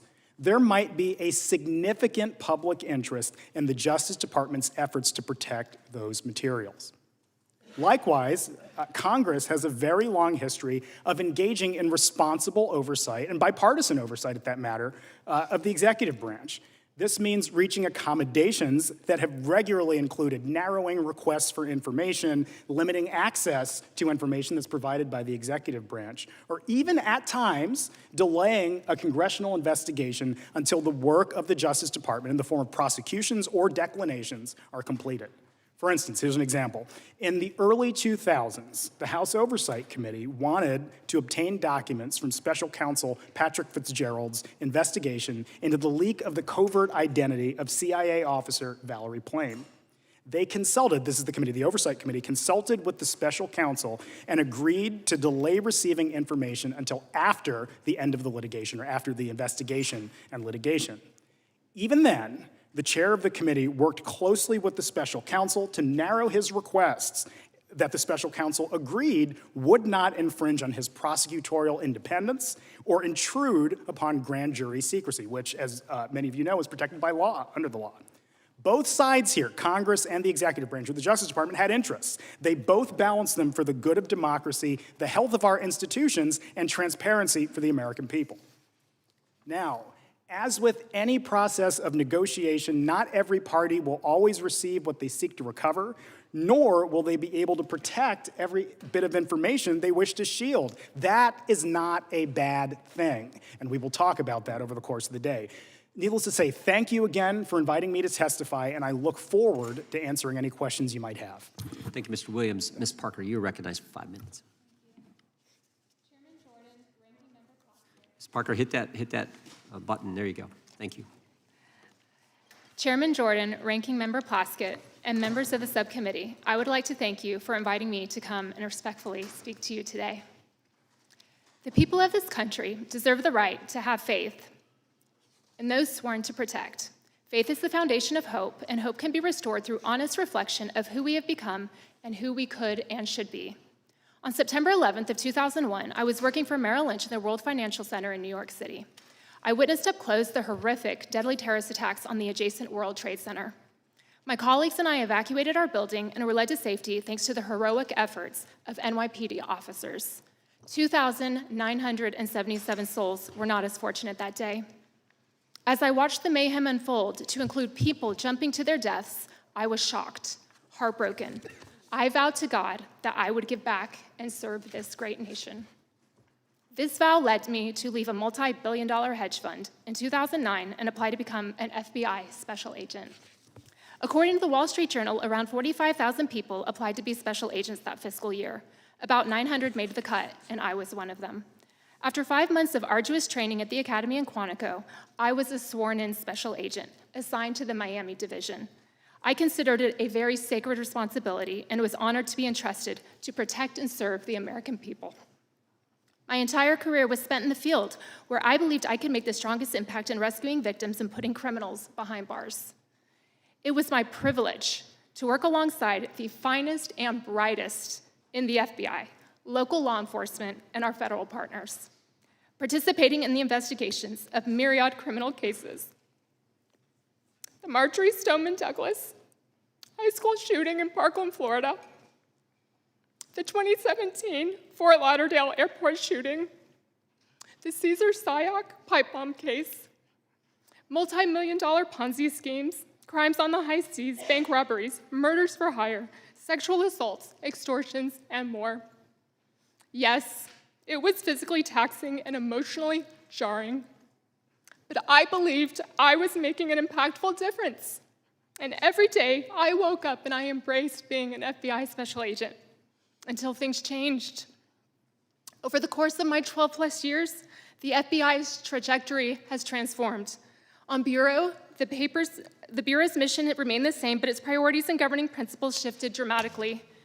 The FBI became politically weaponized, starting from the top in Washington and trickling down to the field offices. Although FBI employees have their First Amendment rights, they are not at the liberty to allow their personal political views or preferences to determine their course of action or inaction in any investigation. Lady Justice must remain blind. Those that do not uphold these responsibilities cause a negative ripple effect throughout the agency in the field. It's as if there became two FBIs. Americans see this, and it is destroying the Bureau's credibility, causing Americans to lose faith in the agency, and therefore the hardworking and highly ethical agents who still do the heavy lifting and pursue noble cases. It makes it very difficult for agents to do their job when the FBI loses the respect of the American people.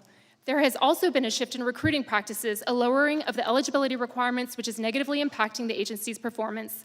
And all this adds up to a loss of trust in the FBI by many Americans and low morale among many FBI employees.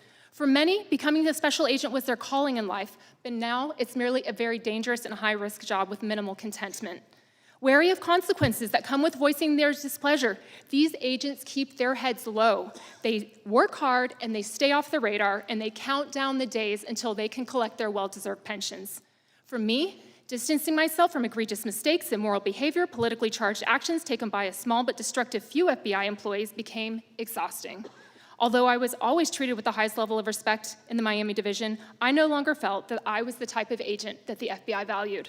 I began to lose passion for the career I loved, and peace came as I reflected on the victims I assisted, the criminals I took off the streets, and I remembered positive performance reviews, awards, and accolades I had been given, as I left nothing on the line in my work as a special agent. I held out as long as I could, hoping things would improve, but finally I knew it was time to go. So less than 4 months ago, of my own volition, I made the difficult decision and quietly walked away from the FBI with an exemplary and spotless record. I love the FBI I joined, and I have treasured memories working alongside remarkable people. I'm proud to have served with honor as a special agent. And while I sincerely pray for the FBI's future success, the FBI's troubles of late were bigger than anything I could change. Going forward, I will continue to serve others in our beloved country while honoring and celebrating the true heroes, both past and present, of the FBI. When I was invited to participate in this hearing, my initial reaction was to decline their request, as there may be others more capable who would do a much better job than me. And why would I want to subject myself to the stress of testifying, putting a target on my back, and likely facing public scrutiny? As I prayed about this invitation, the thought came to me: to whom much is given, much is required. And I realized that this is not about me. I have been given the opportunity to speak up on behalf of numerous current and former Bureau employees, who feel similarly, but they do not have a voice. I am not here today to show favor to any political party. I am here to stand for the truth based on my experience at the FBI. In all humility, I hope to make an impact in creating a stronger agency, which is what Americans deserve. Thank you, Ms. Parker. Thank you for your service. We'll now proceed under the 5-minute rule with questions. The chair recognizes the gentlelady from New York, Ms. Stefanik. I want to echo the chairman. Thank you, Ms. Parker, for your extraordinary service and your courage for being here today. Mr. Turley, I want to start with you. The Twitter files laid bare for the American people what you correctly call unconstitutional, quote, censorship by surrogate. Matt Taibbi writes, quote, Twitter's contact with the FBI was constant and pervasive as if it were a subsidiary. Do you agree with that assessment? I do. What we know on the record so far shows a relationship that goes beyond this sort of informal exchange of ideas. You're correct. In fact, isn't it true that leading up to the 2020 election, Twitter had weekly meetings with not just the FBI, with DOJ, with DHS, with DNI, to conduct this unconstitutional censorship by surrogate? We know that because of the Twitter files, correct? Correct. And it was not just meetings, not just censorship of stories like the Hunter Biden laptop story. We also now know that the FBI paid Twitter over $3.4 million of taxpayer funds to censor these stories before the 2020 election. Is that correct? That money was paid. Twitter confirmed that. And the Twitter files are just the tip of the iceberg because there's so much more. There was a corrupt revolving door at the highest levels between the FBI and Twitter. Look no further than Jim Baker, former general counsel at the FBI who helped unlawfully investigate Donald Trump in the 2016 election. Or look at Jim Comey's deputy chief of staff, who became the director of strategy at Twitter. Isn't it true, according to the Twitter files, that there were so many FBI officials who then went to work at Twitter that created their own Slack channel and crib sheet for onboarding? The Twitter files confirm that, correct? Correct. Are you aware, as the American people are aware, that according to polling, of the people that were made aware of the Hunter Biden laptop story, 53% would have changed their vote, including 61% of Democrats. This is the definition of election meddling, and it's the definition of election meddling by the FBI on behalf of Democrats, paid for by the U.S. taxpayers. It's collusion, it's corruption, and it's unconstitutional. Ms. Parker, I want to go to you next about your experience at the FBI, because this is not just about the Twitter files, which folks are focused on because of the news it made. It's about a systemic rot in the culture and the politicization of the leadership of the FBI, and it needs to be rooted out. Let's take a step back. Let's look at the targeting illegally of parents who wanted to stand up for their kids at school board meetings. On September 29, 2021, the National School Boards Association sent a letter to Joe Biden equating parents at school board meetings to domestic terrorists. And on October 4th, Attorney General Merrick Garland issued a memorandum to the FBI and U.S. attorneys that the department would use federal enforcement tools to target and prosecute these parents. Do you consider parents as domestic terrorists? I do not consider parents as domestic terrorists. No, I do not. No, and neither do the American people. But there's more to this story. It goes back further than that initial letter on September 29th, because the letter didn't happen organically. It was solicited. It was solicited by the White House and by the Secretary of Education. Essentially, the Biden administration laid the predicate for which it used to justify illegally targeting the American people, targeting these parents. Is it proper protocol, as a former FBI officer, to set that predicate, to manufacture the reasoning to justify opening an investigation?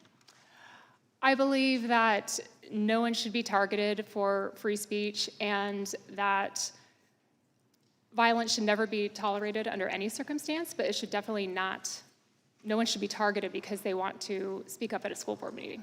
This was a setup, and it was the setup, and it's the real definition of weaponization of the government against the American people. And it's not just this example of targeting parents at School Boards Association. It goes back to the opening of Crossfire Hurricane. It goes back to the faulty FISA application. It goes back to what we heard on that first panel from Senators Grassley and Johnson. It goes back to the suppression illegally of the Hunter Biden laptop story paid for by the US taxpayers. This corruption needs to be rooted out, and it's not just about protecting the US Constitution. It is most importantly about protecting the American people from the weaponization of the federal government against them. Yield back. Lady yields back. The chair now recognizes the ranking member for 5 minutes. Thank you, Mr. Chairman. Very interesting. As a parent of 5 children, I think having my rights as a parent is a very sacred trust, a very sacred trust. But Mr. Williams, would you say that having worked as a prosecutor, threats of violence against individuals is something that supersedes an individual simply being a parent? Of course, Madam Ranking Member, threats of violence are actionable under the law. When they come, prosecutors can investigate, or the FBI or any other investigative agency can investigate them and prosecute as appropriate. Sure. This one-page DOJ memo that we've made much ado about says in its first instance that the First Amendment protected activity should never be subject to prosecution, and issues a concern to illegal violence and threats of violence that are made to school board officials, most of whom are, surprise, surprise, parents, volunteers who do the unenviable job of trying to direct their children and their communities' activities with regard to education, a job most of us, thankfully, have not had to do. And I'm also troubled, I'm deeply troubled by all of the events, as well as the increase in violence and threats of violence against civil servants and federal law enforcement as we attempt to weaponize these individuals doing their job. In fact, we've seen the consequences of this rhetoric over and over again. I'm also deeply troubled by the idea of Congress, as I said in my opening statement, using oversight as a weapon to air a list of political grievances. We seem to hear much of that from the first panel, especially. I've been a member of the House Oversight Committee, where I saw firsthand how good oversight can help Congress make better public policy. Mr. Williams, you've worked in both Congress and the executive branch. Do you agree with me that oversight of the federal government is an important legislative process? Absolutely. As Representative Raskin said at the first panel, the Constitution doesn't explicitly lay out an oversight mandate, but the legislative mandate of Congress provides Congress with its ability to engage in oversight. Oversight is good when it helps the government work better. Thank you. Do you agree that congressional oversight is at its best when it's focused on addressing the real problems that Americans face on every day? The real problems Americans face every day and making government work better, absolutely, Congresswoman. I believe in congressional oversight, and committee Democrats would be willing to work together to conduct oversight of matters such as the disproportionate audits by the IRS of African-American families. Recent reports about former Attorney General Bill Barr and Special Counsel John Durham. Mr. Williams, do you agree that congressional oversight works best when it's bipartisan in nature? Absolutely. And have you seen examples of that in bipartisan investigations? Oh, absolutely. I know that it's so infrequent now, but have you ever seen any? Absolutely. A great example is in 2016 when the House Committee on Oversight, led by Republican Chairman Jason Chaffetz and Ranking Member Elijah Cummings, worked together on an investigation, a bipartisan investigation of the United States Secret Service and mismanagement and misbehavior there. It led to bipartisan legislation that made, as I said, the government work better and Secret Service a more functional organization. What about cooperation between the branches of government? Is it necessary for Congress to be willing to work with the executive branch in investigations? Yes, and vice versa. Absolutely. The executive branch should be willing to work with Congress as well. And would that first instance be trying to come to agreement as to when and how documents and information could be given? Absolutely. The public sees hearings, but does not see that when the process works properly, there's a back and forth and a give and take between the two parties at both ends of Pennsylvania Avenue, as I said before. Would you say 2 weeks into the Congress issuing subpoenas might be a bit premature for the investigation and cooperation between those branches of government? You know, certainly, Congressman, Congress has the authority to issue subpoenas quickly if they wish, but I guess you get more flies with honey than with vinegar, to be cute. And working with the other side collaboratively is always going to be a better approach. Vinegar seems to work better on social media, though, than the honey. I yield back. I think the gentlelady, I would just point out, we tried the honey. 100 letters we sent in the last Congress. We tried the honey. The last honey, Congress, you're now the chair. The honey didn't work. You're That's now why in we the sent majority. You subpoenas. should have tried that first as the chair of this committee, not as the ranking member. We tried. We You didn't tried do with that as 100 and some chairman. letters. You didn't. The chair now recognizes the gentlelady from the state of Wyoming, Ms. Hageman. Thank you, Chairman Jordan. It is a privilege to serve on this select subcommittee, and I look forward to the work we have ahead of us. After over 30 years as a water, natural resource, and constitutional attorney, I have seen firsthand and fought against the weaponization of the federal government against my fellow Wyoming citizens and the country at large. Through the testimony of our witnesses today and the points made by my colleagues, it is clear that the culture and mission of the FBI and DOJ has changed in a manner which runs counter to the rights and liberties of the American people. The purpose of government is to secure our natural rights. Yet the testimony we have heard and the information received from the whistleblowers and other investigative findings has shown that the FBI's mission has moved from securing those rights to using them as a predicate for investigating and surveilling the American people and weaponizing their government structure against them. Mr. Baker, in a Wall Street Journal piece you wrote titled, "The FBI Needs a Ray of Courage," you stated that in response to Attorney General Garland's memoranda directing the targeting of American parents, Director Wray should respond by highlighting that the FBI won't undertake any investigation based on speech alone. It is troubling that that statement would even need to be made. But Mr. Baker, do you think your advice was heeded by Director Wray? In fact, I remember that episode quite clearly. I wrote that article in October, just days after the announcement became public, and I was in touch with high executives at the FBI a day or two after that. They assured me that the FBI would maintain the standard of only investigating those situations where there was violence and not investigating free speech. I have to accept the ranking members of the FBI who told me that. However, my article in the Wall Street Journal still stands. We needed, the FBI needed, the American people needed to hear Director Wray say that publicly, as other FBI directors have spoke up to previous attorney generals and previous presidents, and he never did publicly. And the American people needed to hear, we wouldn't be having this discussion today if he clearly stated that we will not investigate speech, we'll only investigate violence. We're still waiting for that statement. Okay. Mr. Turley, from what Mr. Baker just said, we have seen two issues stemming from this abuse and change of priorities within the FBI and DOJ. They are either investigating Americans based upon their constitutionally protected rights, or they are flagging lawful action to which they have political objection. In some of your recent writings, you have identified two very important points from the revelation of the FBI Twitter relationship. First, that this relationship is a First Amendment violation as it constitutes censorship by surrogate or proxy. And second, you also are concerned that you don't know what is more menacing, the role the FBI played in Twitter's censorship program or its response to the disclosure of that role. The Constitution is a limited governance document. The First Amendment identified our God-given right to speak freely and imposes restraint that the government shall make no law abridging the freedom of speech. Mr. Turley, can you explain the implications of the government relying on private industry to circumvent the First Amendment?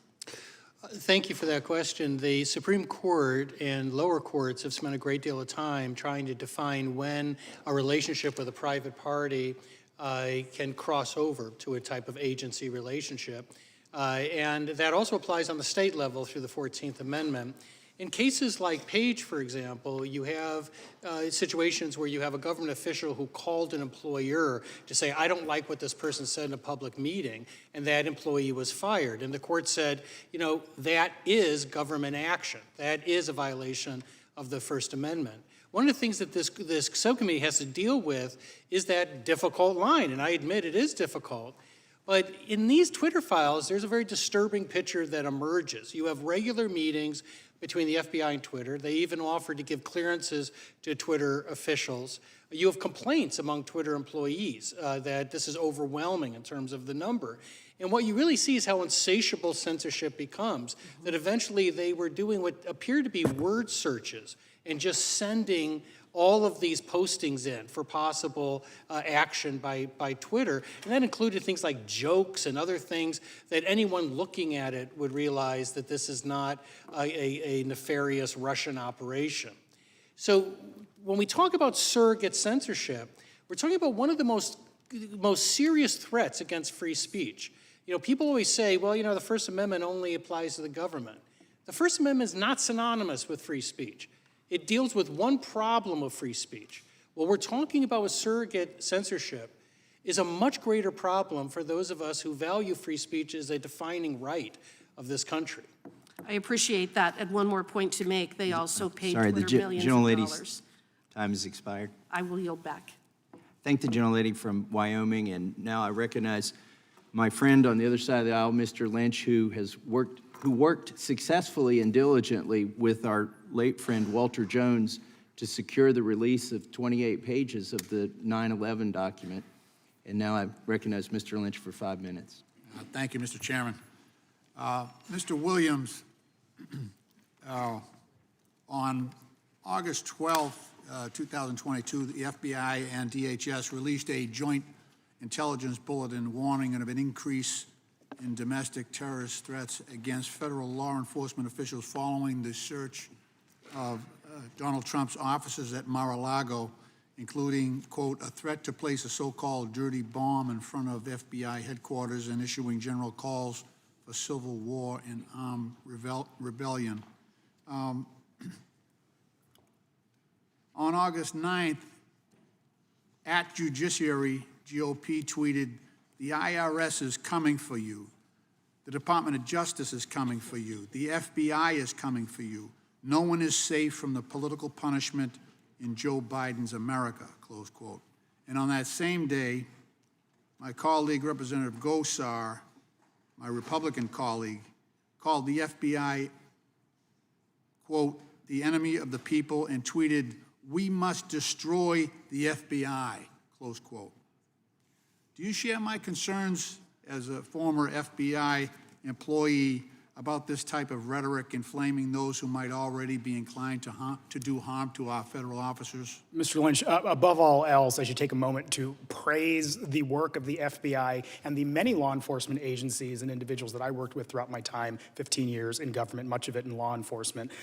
They do work on behalf of the American people and frankly don't sign up for threats or abuse. So to answer your question, no, absolutely, the threats hurt and are toxic and corrosive to our democracy. Is it ever appropriate for American leaders to encourage violence against another branch of government? The encouragement of violence is never appropriate either as a moral matter or under the law, sir. Now, thank you. The FBI has to respond to facts on the ground. And as recently reported by the Bipartisan Center for Strategic and International Studies, 28 of the 30 domestic terrorism fatalities that occurred in 2021 were the result of far-right terrorist attacks perpetrated by individuals who were, and I'm quoting, motivated by ideas of racial or ethnic supremacy, opposition to government authority, including perceived overreach related to protocols following the COVID-19 policies, misogyny, hatred based on sexuality or gender identity, and belief in QAnon conspiracy theory or opposition to certain policies such as abortion. Mr. Williams, could a congressional investigation designed to spread misinformation suggesting that the government is a threat actually compromise the safety of American citizens? The important words there were designed to, and so of course a congressional investigation that were designed to do that would be improper, sir.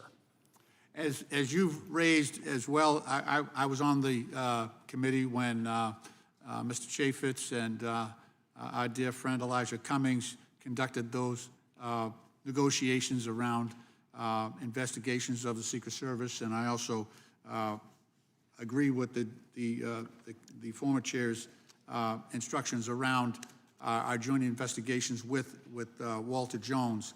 But could congressional investigations predicated on anti-law enforcement rhetoric contribute to misinformation that could lead extremists to target government actors? Yes, sir. Explain that. Go into that a little bit. Rather than yes or no, someone sure. who sat in that seat, explain to the audience. Sure. I think a lot of it's the climate we're in today. There is a significant risk of harm to an individual when people are whipped up by what they read and see. And so certainly these aren't mere statements. In addition to being legally actionable, they come at a significant cost, sir. At the same time, a unilateral, this committee is based on the premise that that the American people are under attack by the federal government, by Department of Justice, by the FBI, by the Department of Homeland Security. That's the premise on which this committee was based. And I just regret the impact that that's going to have on people who might otherwise consider serving in those agencies, and I just wonder if you have a perspective on that as well. Again, as I said briefly before, people come to, and in my experience, the vast majority of people I worked with, and frankly, if not all of them, came to serve, came to treat the rule of law as their guide and serve the American people. The fear of threats will chill people's ability, number one, to do their jobs, but also in terms of recruiting. People will not want to sign on for a job that will come necessarily with being threatened or doxxed online, sir. So I absolutely agree with that statement. Thank you. My time has expired. I yield back. Gentleman yields back. The gentleman from Louisiana, Mr. Johnson, is recognized. Thank you, Mr. Chairman. A lot has been said here about the fear of threats, but what we're concerned about in the scope of this committee is the fear of threats to the American citizens. The reason we use the term weaponization is because it is appropriate. We have so many examples of that across so many federal agencies that were designed to serve and protect the American people and have been used in recent years against them, that it will take us probably 2 years to lay that out. But I just want to focus on one that's been mentioned this morning because the timeline is important. The school boards issue. On June 22nd, 2021, Loudoun County parent Scott Smith spoke out at his local school board meeting and he was arrested. On September 29th, citing Mr. Smith's arrest as an example, the National School Boards Association sent a letter to the Biden administration requesting federal law enforcement involvement in local school board disputes. Now, here's what's really important. We learned later that the White House helped the NSBA draft that letter to itself. On October 4th, Attorney General Merrick Garland issued the now infamous memo directing federal law enforcement to mobilize against the parents of school children who protest at their local school board meetings. He turned the FBI, the U.S. Attorney's offices, the full weight of the Federal Department of Justice against the very citizens they were sworn to defend and protect. On October 12th, we learned that the Loudoun County parent Scott Smith's daughter was actually sexually assaulted at her school and that the school board covered it up, and that was the reason why that dad showed up to protest. 9 days later, October 21st, happened to be the day previously scheduled for Attorney General Merrick Garland himself to appear before our House Judiciary Committee. In that hearing, as my colleagues will remember, he was forced to acknowledge before our committee that the NSBA letter was the basis of his memo targeting concerned parents. But he refused to acknowledge the obvious chilling effect that memo, involving the full weight of the federal law enforcement apparatus, would have on parents' protected First Amendment speech. He also, by the way, refused to commit to a mandatory, under federal law, mandatory ethics review of his own family's financial ties to advancing critical race theory in schools and its relation to his school board memo and the obvious appearance of the conflict of interest therein. I encourage all interested citizens to watch the video of that hearing. It was pretty contentious. The very next day, on October 22nd, after much public outcry, the NSBA retracted and publicly apologized for its letter labeling concerned parents like Scott Smith as, quote, domestic terrorists. In the following weeks, over 20 different state school board associations severed their ties with the National School Boards Association. Our Democrat colleagues have tried to downplay the importance of the Select Committee and even criticized its name as hyperbolic. But as this example and so many others clearly show, key agencies have indeed been weaponized. We're informed even still today that that memo has not been retracted by the Attorney General. Here's the question, Mr. Baker. You were an FBI agent for 33 years and were involved in a lot of the important and noble work there, but you've also said clearly and been vocal about some of the egregious overreaches you've seen from the FBI and the DOJ. In recent years, you've described what has devolved into a culture of, quote, deceit and deception, involving, quote, alarming FBI behavior, and you've written that those abuses threaten the liberties of those on the left as well as the right. Professor Turley just cited statistics here today that there are large numbers of Americans who now distrust the FBI. Our task here is to determine exactly how that's happened and how to correct that framework. Mr. Baker, here's the question. In your testimony, you noted that FBI Director Mueller, a couple of decades ago, worked to centralize the FBI, meaning that he centralized all information and decision-making, making that at the FBI headquarters, as opposed to his predecessor's decentralized model, which empowered the field offices instead. Do you believe the elimination of all those layers of supervision, review, and independent judgment is a key reason for all this corruption we see today, and that it's something that must be reformed and reversed? Yes, in fact, I do. Hit that button for me, if you will. Yes, in fact, I do, Congressman. I don't use the term corruption. The term I think is more appropriate that your colleague, Congresswoman Stefanik, used, the rotten culture, the culture rot. And specifically as regards to centralization, there's no question about it. Traditionally in the FBI, field agent had an investigation. He had a field supervisor above him. Above him was the agent in charge of that office. Only then did the information and the decision-making go to FBI headquarters. What happened under Mueller's centralized thing, all of that was eliminated. They ran these key investigations, the Hillary Clinton email investigation, and then the Trump collusion investigation, out of headquarters, eliminated all these layers of independent judgment, supervision, gone. So you had someone like, somebody mentioned his name already here, Strzok not only writes the communication opening the case, he goes the next day to London and conducts the first interview in the case. You have McCabe, a deputy director, number 2 in the whole Bureau, directs the investigation and sends 2 agents to the White House to interview General Flynn. No levels of review. It was bound to end badly. Thank you. I'm out of time. Yield back. I thank the gentleman. Yeah, they had a name for it. It's called a headquarters special. And the point is, it wasn't special so much, it became the norm. With that, the chair now recognizes... Mr. Chairman, could I have a point of order? There have been a lot of mention of information and testimony that you all have received from whistleblowers. When are you planning on providing that to the minority? You could have been for the very first deposition, or excuse me, transcribed interview of the whistleblower. I was there when he testified on Tuesday. Okay, that's fine. I assume you'll turn those over. But what about, you talk about dozens of whistleblowers. When are we going to get that information? When they testify, when we work with, I'll work with the ranking member on that information. You don't have any transcriptions of their interviews? We have the first one, and we have the dozens who've come and talked to our office. They talk to your office privately? They talk to Republican staff, right. And they're not transcribed, no notes, no nothing? The first one happened Tuesday. No, I'm not talking about the first one. The first one happened Tuesday, the dozens. next one happens tomorrow, the third one happens next Wednesday, and we'll continue to do that. You just said dozens. Do you have notes from those, or they're just talking to you, your staff? Mr. Chairman, isn't that how whistleblowers typically work?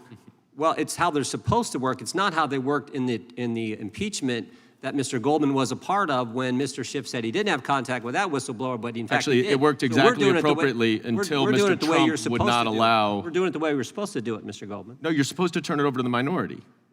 When they come and testify, you'll have access to the transcript like everyone on the committee will. You mean your staff is not going to turn it over to our staff? We're just in the dark? No, when the transcript is done, you will get the transcript.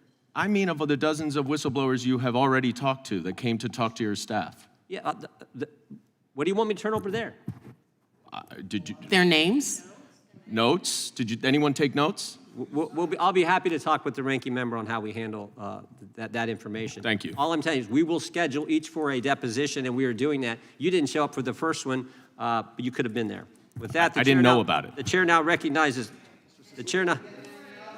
Cicilline was there. There were Democrat members at the. I think you need to work on your schedule. The chair now recognizes, I think, Ms. Sanchez, the gentlelady from California, is recognized. Thank you, Mr. Chairman. I know from experience how good investigations can really improve public policy. In 2009, my investigation shed light on the traumatic brain injury risks that accompany professional football, and I'm proud to say that that work changed how football teams and, more importantly, youth sports leagues address concussions. But I have also seen congressional oversight at its worst. I served on the Select Committee on Benghazi, and I saw how politicized and expensive that investigation was, and I want to note again that the final report found no new evidence of wrongdoing. Mr. Williams, you've handled oversight for both Congress and the executive branch. Based on your experience, what are the hallmarks of fair and effective congressional oversight?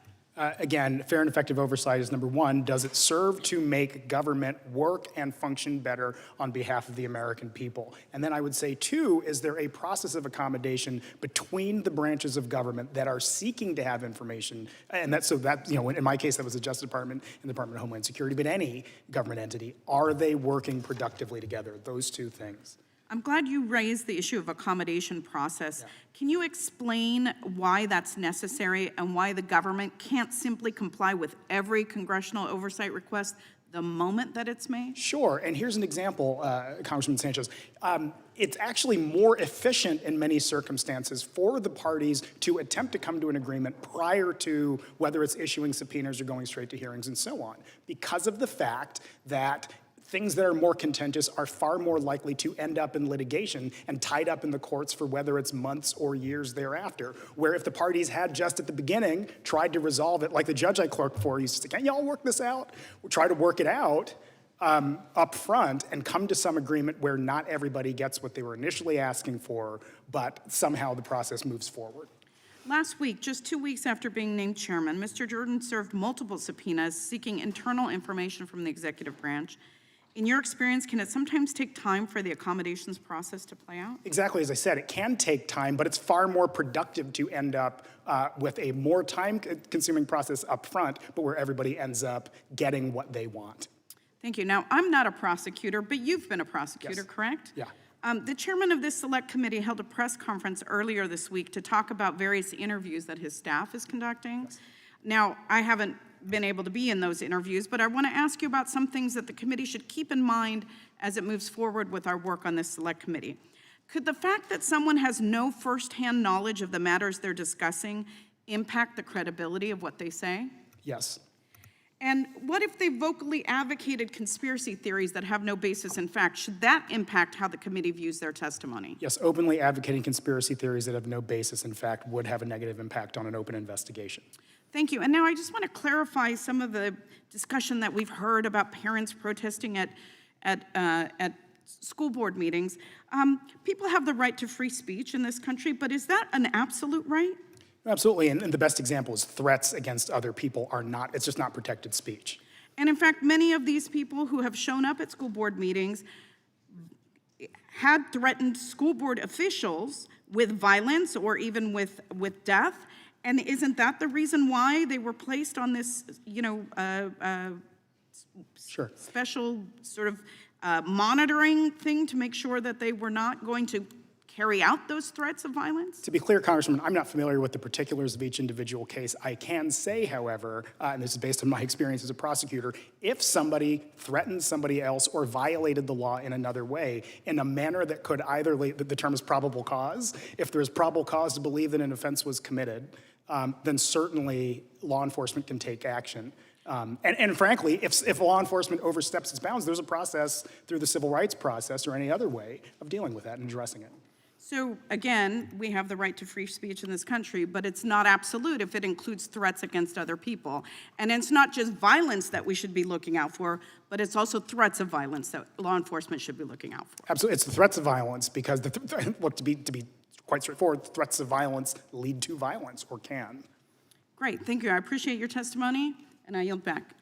Lady yields back. The chair now recognizes the gentleman from Florida, Mr. Gates. Mr. Williams, wouldn't the American people feel like this government wasn't so weaponized against them if there wasn't such a revolving door between Department of Justice senior officials and lobbying? I don't quite follow the premise of your question, sir. It's pretty easy. There's a revolving door between senior officials at the DOJ and the lobbying profession. Do you think that that gives the public more or less trust? There are rules governing what employment, and this is based on my understanding, I've been government for 15 years, governing what post-government employment can be. One, what individuals' actions can be once they're employed elsewhere, but also what they're allowed to do. Lobbying This is governing that. influence peddling, and you are the principal at the Rabin Group, which is a lobbying firm. And I would observe the reporting of Project Veritas, where Jordan Tristan Walker, who's a director of research and development, said on a recording, one of the things we're exploring is like, why don't we just manipulate COVID ourselves, mutate COVID via directed evolution? Pfizer is a revolving door for all government officials. It's pretty good for industry, to be honest. It's bad for everyone else in America. Pfizer is one of the clients of the lobbying firm that you're a principal of, isn't it? I do not represent Pfizer. I do not know, sir. You're a principal of the Rabin Group, right? No, that is correct. I mean, Okay, I assume Mr. Chairman, so, I seek unanimous consent to enter into the record the clients of the Rabin Group, which include Pfizer. Without objection. Not just Pfizer, but Google as well. And in response to the Twitter files, we saw a statement come from the FBI where they said correspondence between the FBI and Twitter show nothing more than examples of our traditional, long-standing, and ongoing federal government and private sector engagements. Are there such engagements between the FBI and Google? When you say such engagements, sir, I don't quite Does Google engage with the FBI, Mr. Williams? I don't work for either Google or the FBI, Well, sir, so I can't. I'd have to again point you to your own client list that you advertise on your own website, which includes Google. Does it surprise you that at the Rabin Group's website, Pfizer and Google are clients? It does not surprise me, sir, no. The Soros-funded Open Society is one of the clients as well. Does that surprise you? Sir, I don't have our client list in front of me right now. I will, assuming that's what it says, I will take your word for it. Yeah, I would think that maybe one of the legislative initiatives we could pursue would be to tighten this revolving door that folks at Pfizer and folks at Big Tech seem to freely acknowledge, in which you seem to be the incarnate of the revolving door. Mr. Baker and Ms. Parker, I want to assure you both that we come not to trash the FBI, but to rescue the FBI from political capture. And it seems as though that political capture was really enhanced when Robert Mueller took a lot of the authority and power away from the field offices all over our country and centralized that power. Mr. Baker, do you believe that through legislation we might be able to restore the system of office origin, where events occur, people are able to conduct investigations in the absence of the influences of Washington, D.C.? There's no doubt Congress can be an advocate. You're doing a lot of good by having these hearings, this panel.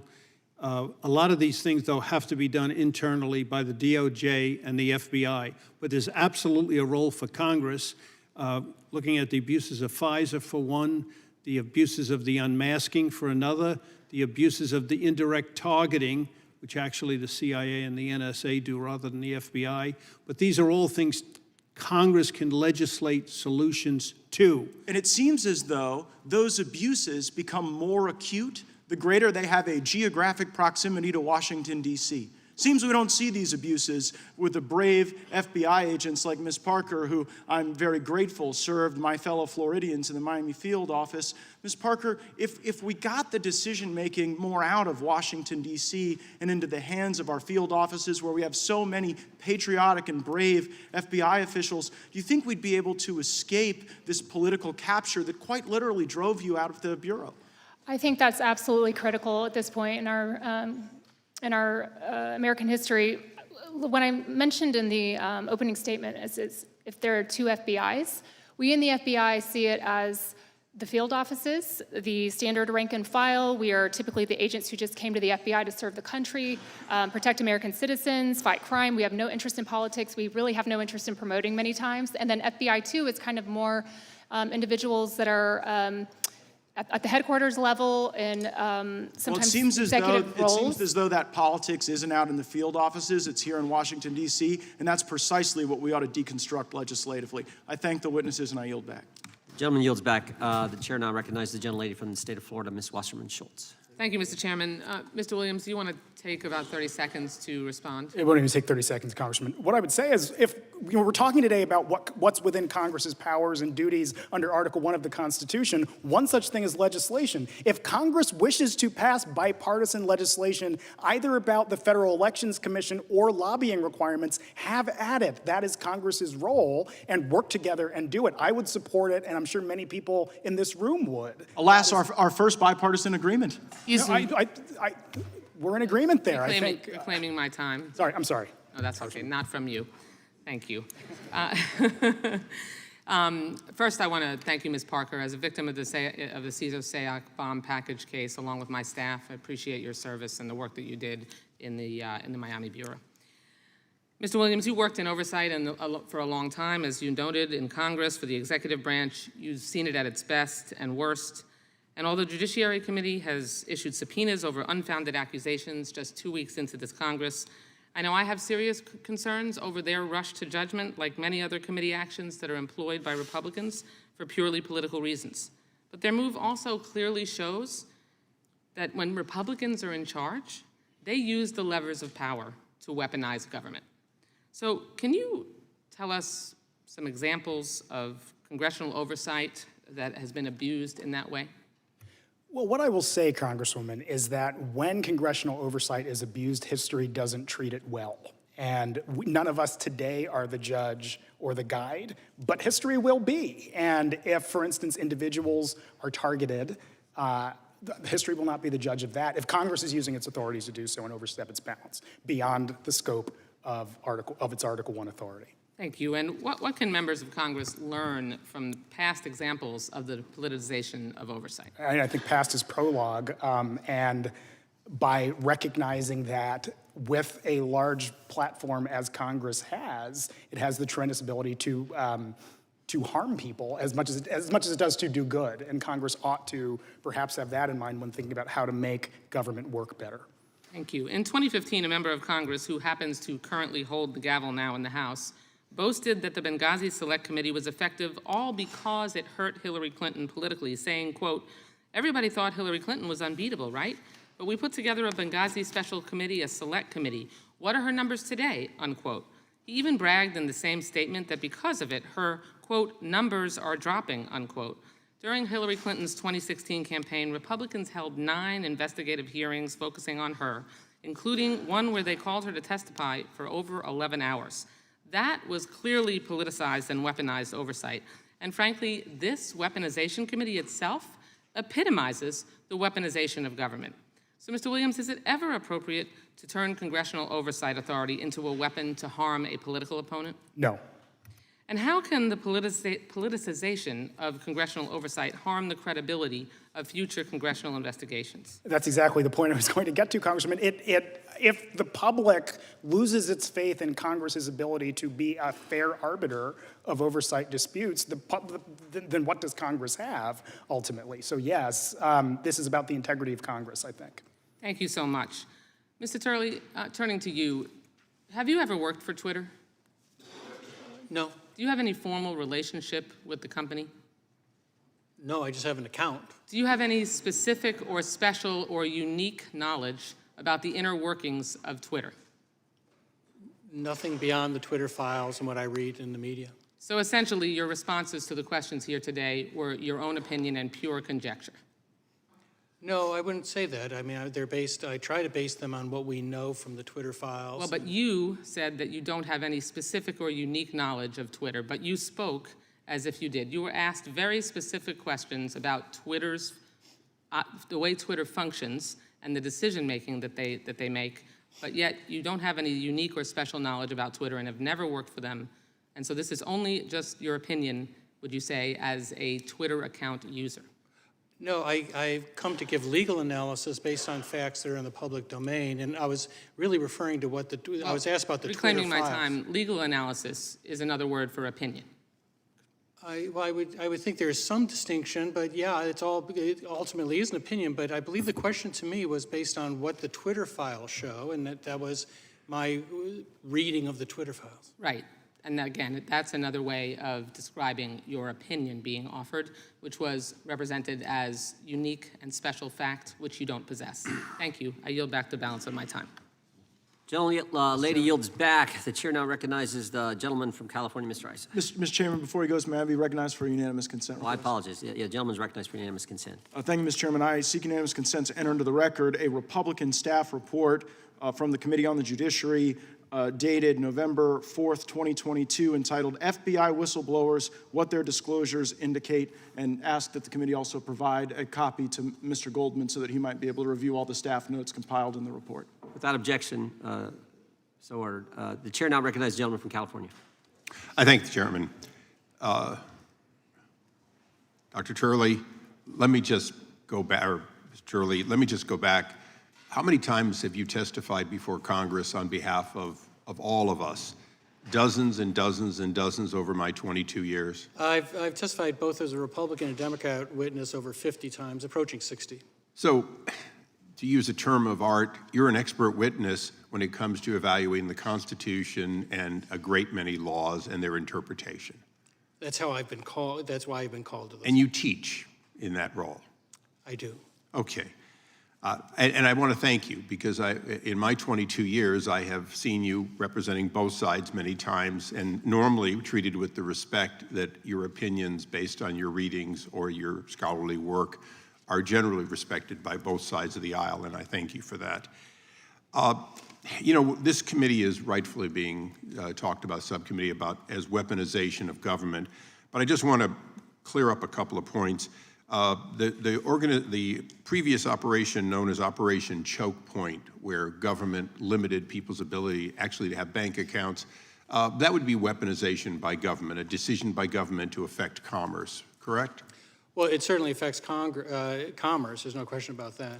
Okay, and it's outside what one would think the administrative state has a right to do in any sense. Our liberties include that right to have commerce not impinged by based on our political views by our government.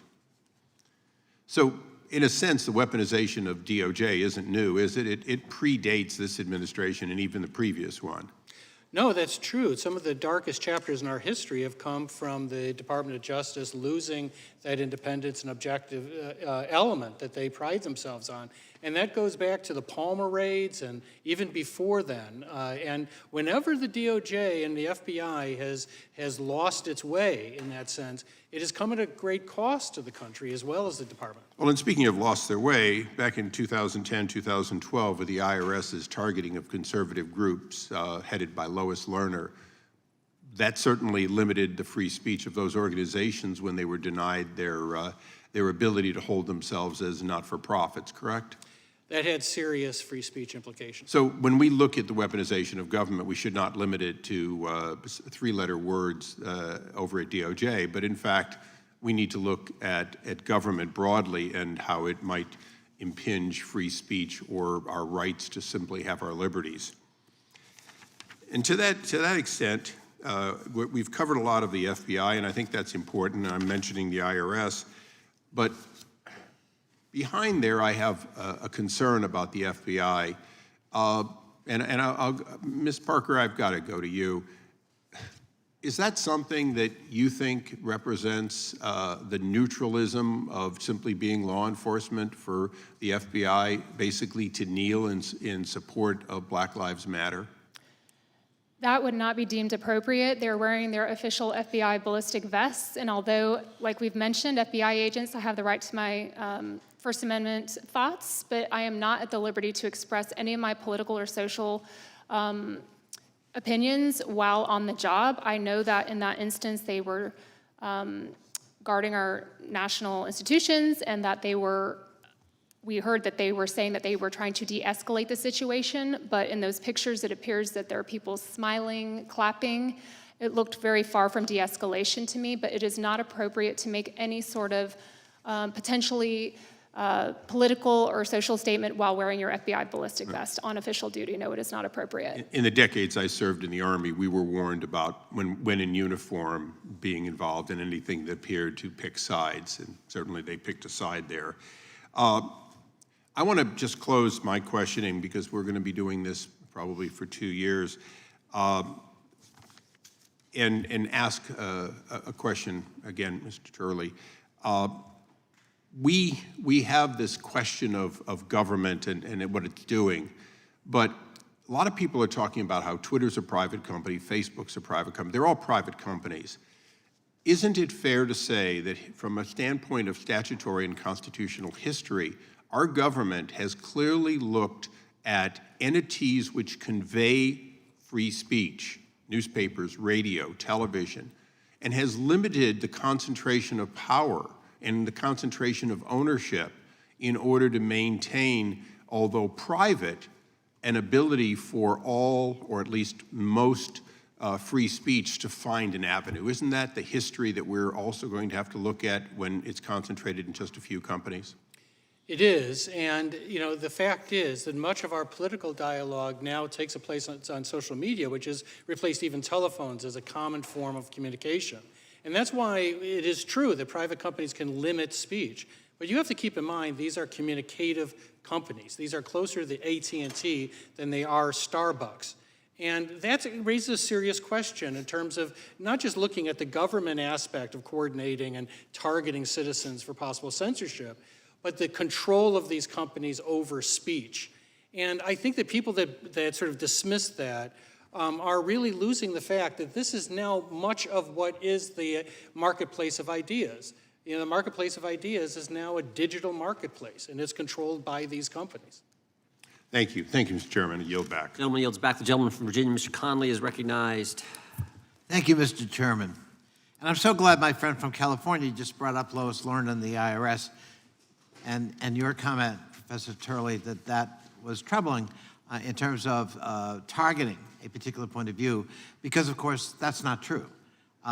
As we learned, the Inspector General, the TIGTA, deliberately focused only on conservative filters, even though he was presented with clear evidence that the filters were nonpartisan. There were liberal filters, lefty filters, conservative filters, Republican filters, Democratic filters, but they chose because they wanted to make a case that this was deliberate censorship and targeting by the IRS. Wasn't true, never was true. False premise. And that's what I worry about right here on this committee. The premise is the FBI is tainted. The FBI is doing dirty work. It's got the hobnail boot of government on the necks of the American people who are simply trying to express themselves. Mr. Williams, you think the insurrectionists, thousands of them, who came here, many of them armed, that led to 5 deaths and the storming of the Capitol, to try to prevent the constitutional certification of the counting of the ballots for the President of the United States on January 6, 2021. You think that was nothing more than patriots that got a little carried away and they were just expressing their First Amendment rights, and the FBI shouldn't have been looking at it and certainly shouldn't be prosecuting people for it? Well, certainly, sir.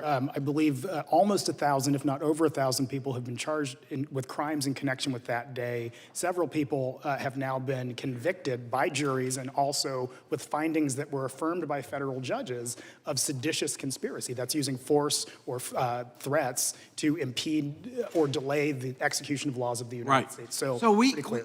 I guess I hear you saying we need to make a distinction between the expression of views, which is absolutely protected under the Constitution of the United States, First Amendment, and the use of violence to propound and propagate those views. That is correct. So the First Amendment does not protect the use of violence. Correct. In fact, that's illegal. Correct.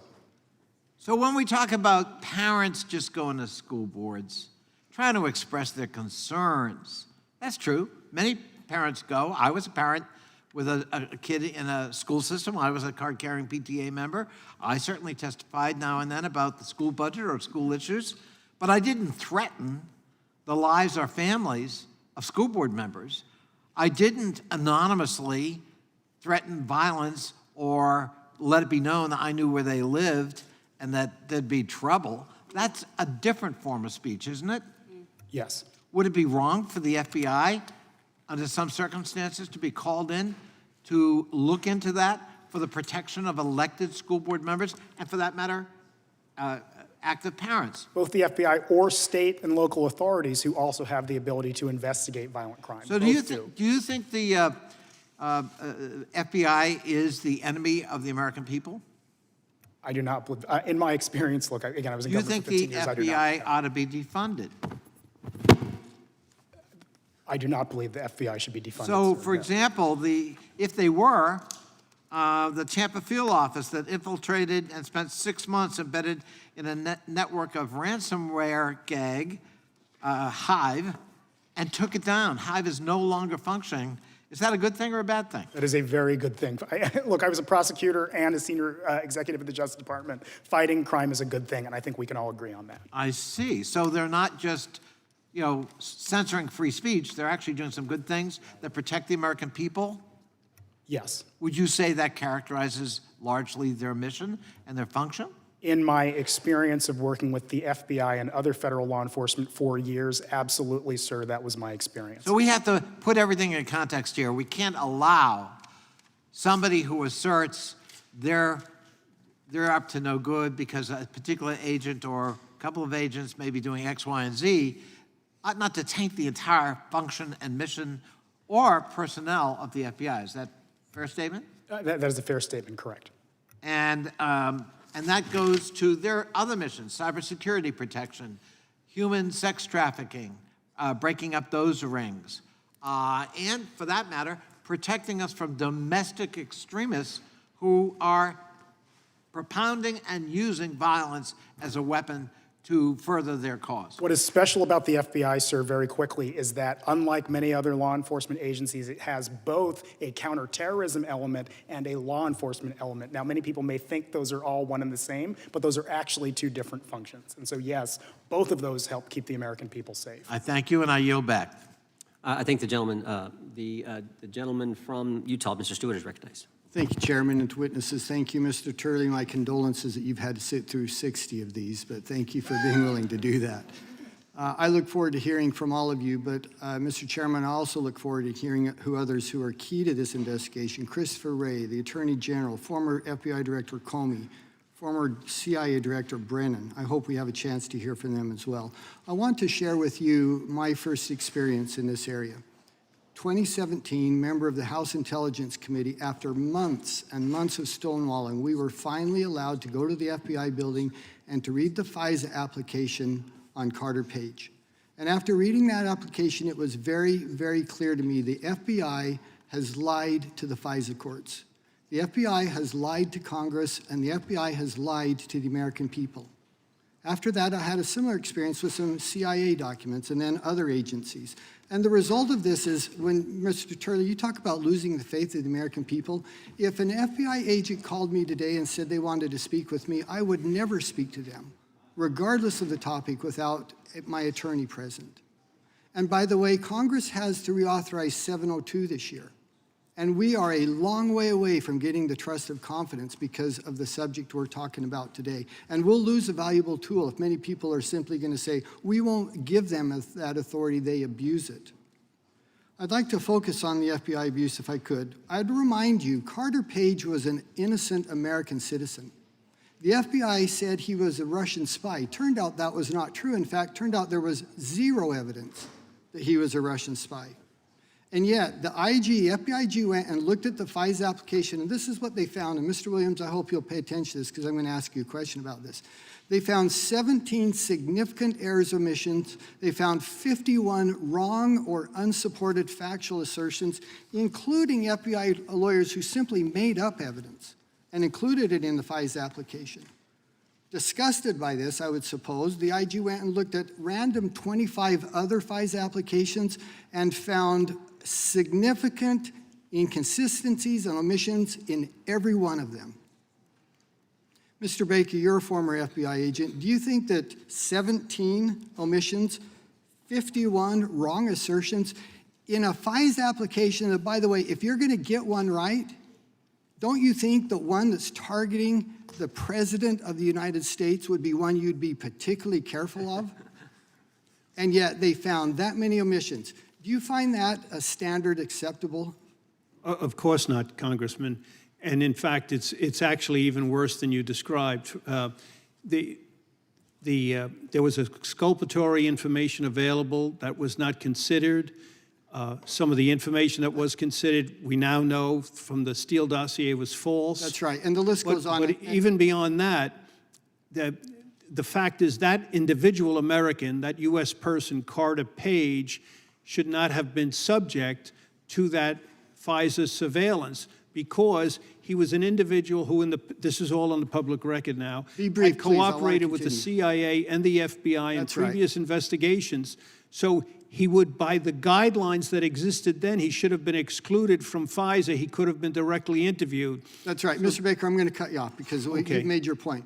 Mr. Williams, do you think that, as I've described to you, 17 omissions, 51 wrong assertions in one FISA application is professionally done?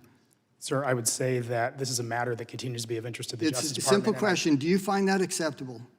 I think it's hilarious that you won't say, no, I don't. What I'm saying, sir, is that this is a matter before the Justice Department and Congress that has been ongoing for years. Okay, and so you won't answer the question What if I you will find that say is that acceptable. it makes sense for you to direct the question to the Justice Department. I'm asking your opinion. I'm not asking you for any insight into their investigation. I'm asking for a simple opinion. Do you find that acceptable? What I will say, as is Okay, my never mind. You're not opinion- going to answer the question. I think he's answered. Because of this, the FBI initiated reforms. And you know what they were? Trainings. Here's some trainings for senior FBI officials. Training number 1, don't lie to FISA courts. Training number 2, don't make things up. How about training number 3, don't hide evidence. That's what senior officials in the FBI did. And if I wish I had more time, I'm almost out of time, because I would come to you and ask, first, Mr. Williams, I'd come back one more time and ask you if you find that acceptable or not, but we won't waste time with it. I would ask, how do we restore faith in the FBI? Because we want to trust the FBI. And people say you're going after the FBI. What nonsense. We're trying to protect the FBI. I know FBI agents who are deeply offended by what they see.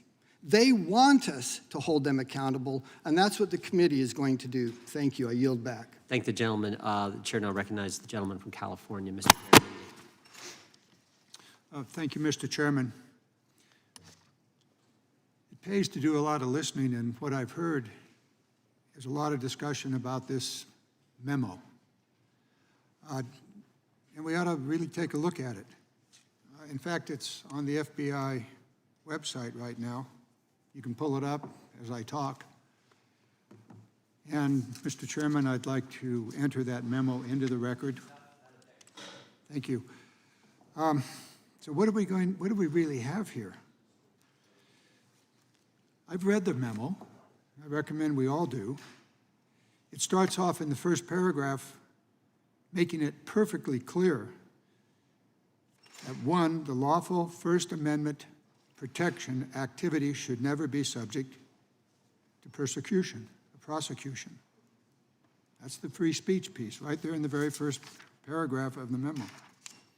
And 2, the actual issue of concern in this memo is the illegal violence, which has been discussed by several of you as totally illegal, or threats of violence.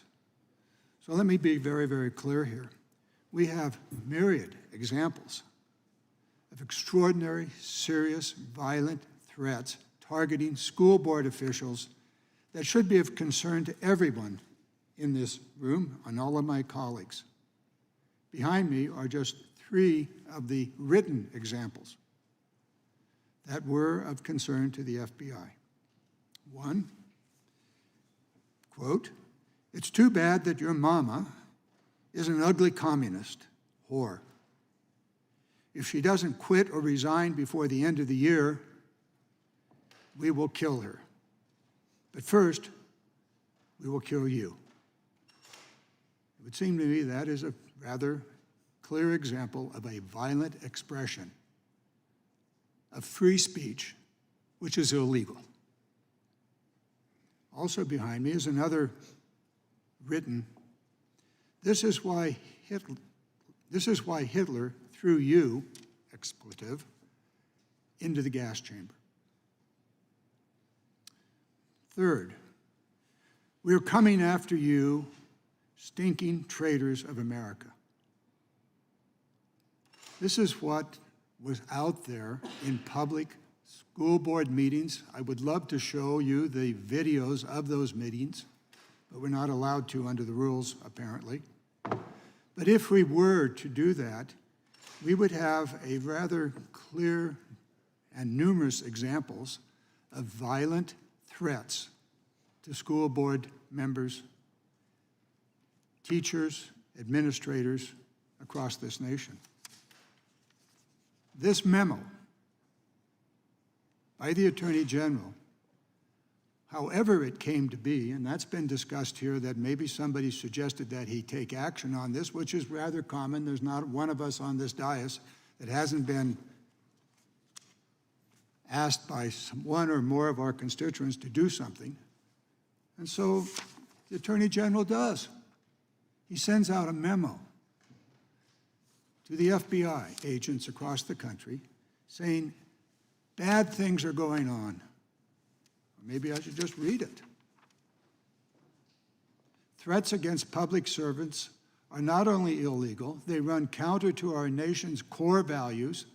Those who dedicate their time and energy to ensuring that our children receive a proper education in a safe environment deserve to be able to do their work without fear for their safety. That's the memo.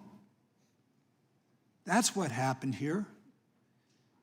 Is it the director noting, and I'm sure he had more than one source than the School Board Association, that there were things going on in our society that were dangerous. Ms. Parker, you spoke to the difference here between free speech and violent speech. This is what the FBI director did.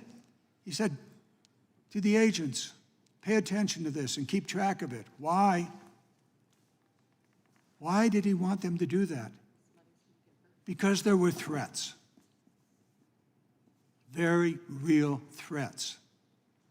Did any of them materialize? There's evidence that they did. You take a look across this country at the number of public servants that simply decided to not serve because of the violent threats. So as we go about our work here, as we go about looking at the weaponization of the federal government, we must be careful that we don't become a weapon to be used for political purposes. There clearly, absolutely is a need to monitor all federal agencies, law enforcement, military, on and on. But let's be very careful that we don't use this committee as a weapon for political purposes. Gentleman's time has expired. Gentleman yields back. Gentleman from Kentucky is recognized. Thank the gentleman from Ohio. It occurs to me that we're sitting here in a committee that's got a fancy name, a different name. There are people watching our very first hearing and wondering, are these folks serious? There are people who have spent their careers dedicated to the service of people in this country, working at the FBI, wondering, are these folks serious enough that I could be a whistleblower, that I could come forward and share information with them and they would actually do something with it and that something good could come from it. And I want to let those people who are watching, Ms. Parker and Mr. Baker, you're an excellent example of people who will come forward and make a difference. And I want to let those people know that I've come to this city for 10 years with one basic premise, which is this is the best country on the planet, the best country that's ever been. It's deeply flawed, but we owe it to our children to fix it.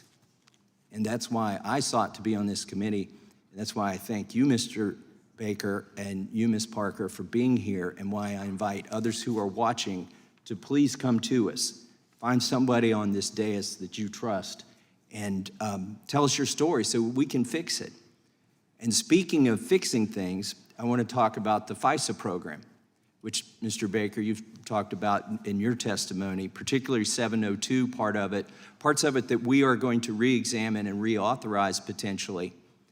On the surface of it, it sounds like a practical legal concept that You would collect information on foreign targets who don't have constitutional rights, and you might incidentally collect information that pertains to U.S. citizens who do have constitutional rights. But because it was collected incidentally and not in pursuit of that U.S. person, oh, we'll go look at this data, we'll put some policies and procedures, but the Constitution does not apply here because it was incidentally collected. Well, if the incidental collection were small enough, that might be a valid concept. The problem is we've collected millions of exabytes of data. When what you're collecting incidentally becomes the entire universe, I think you might need a warrant to go look at that information. And when the number of searches that is done on U.S. persons by the FBI, I'm not talking about CIA, NSA, we know in 2020 it was over 1 million searches into this phishing, into this database where you don't need a warrant. And then in 2021, it went from 1 million to over 3 million searches. This is problematic, and I hope we look at this going forward. Mr. Baker, you mentioned something in your written testimony I don't think you got a chance to speak about here today. Can you tell us what reverse targeting is and Yes. why we might want to be concerned about that? Yes, and it's not well understood, but in a nutshell, here it is. The CIA and the NSA are forbidden to target Americans, as you know. They often, and as you said, the numbers are in vast numbers where they pick up Americans most of the time just by incidental collection, and the Americans are not really doing anything wrong. If they pick up information that an American is breaking the law or is somehow a threat to national security, those other agencies, the CIA and the NSA, are supposed to provide that information to the FBI for appropriate action, and action can't be taken on it. But in reverse targeting, which John Brennan, during the Russian collusion thing, acknowledged they were doing, they would target a foreign person who was close to an American they were really interested in.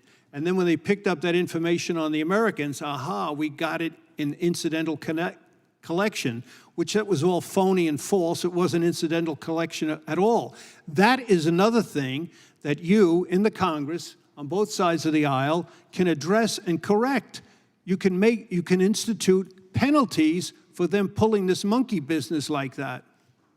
Mr. Turley, Professor Turley, I know we don't have a lot of time, but do you think, and obviously private companies don't infringe the First Amendment until the government tells them to do it. Do you think that Section 230 gave them some comfort that if they did that, that these private companies, if they sort of, when the government suggested to do something, that they did it, that they would have a safe harbor? Well, I do think that Section 230 is becoming increasingly untenable. It was really designed on the premise that these social media companies and other platforms were not in an editing function, that they were simply a forum, a publisher.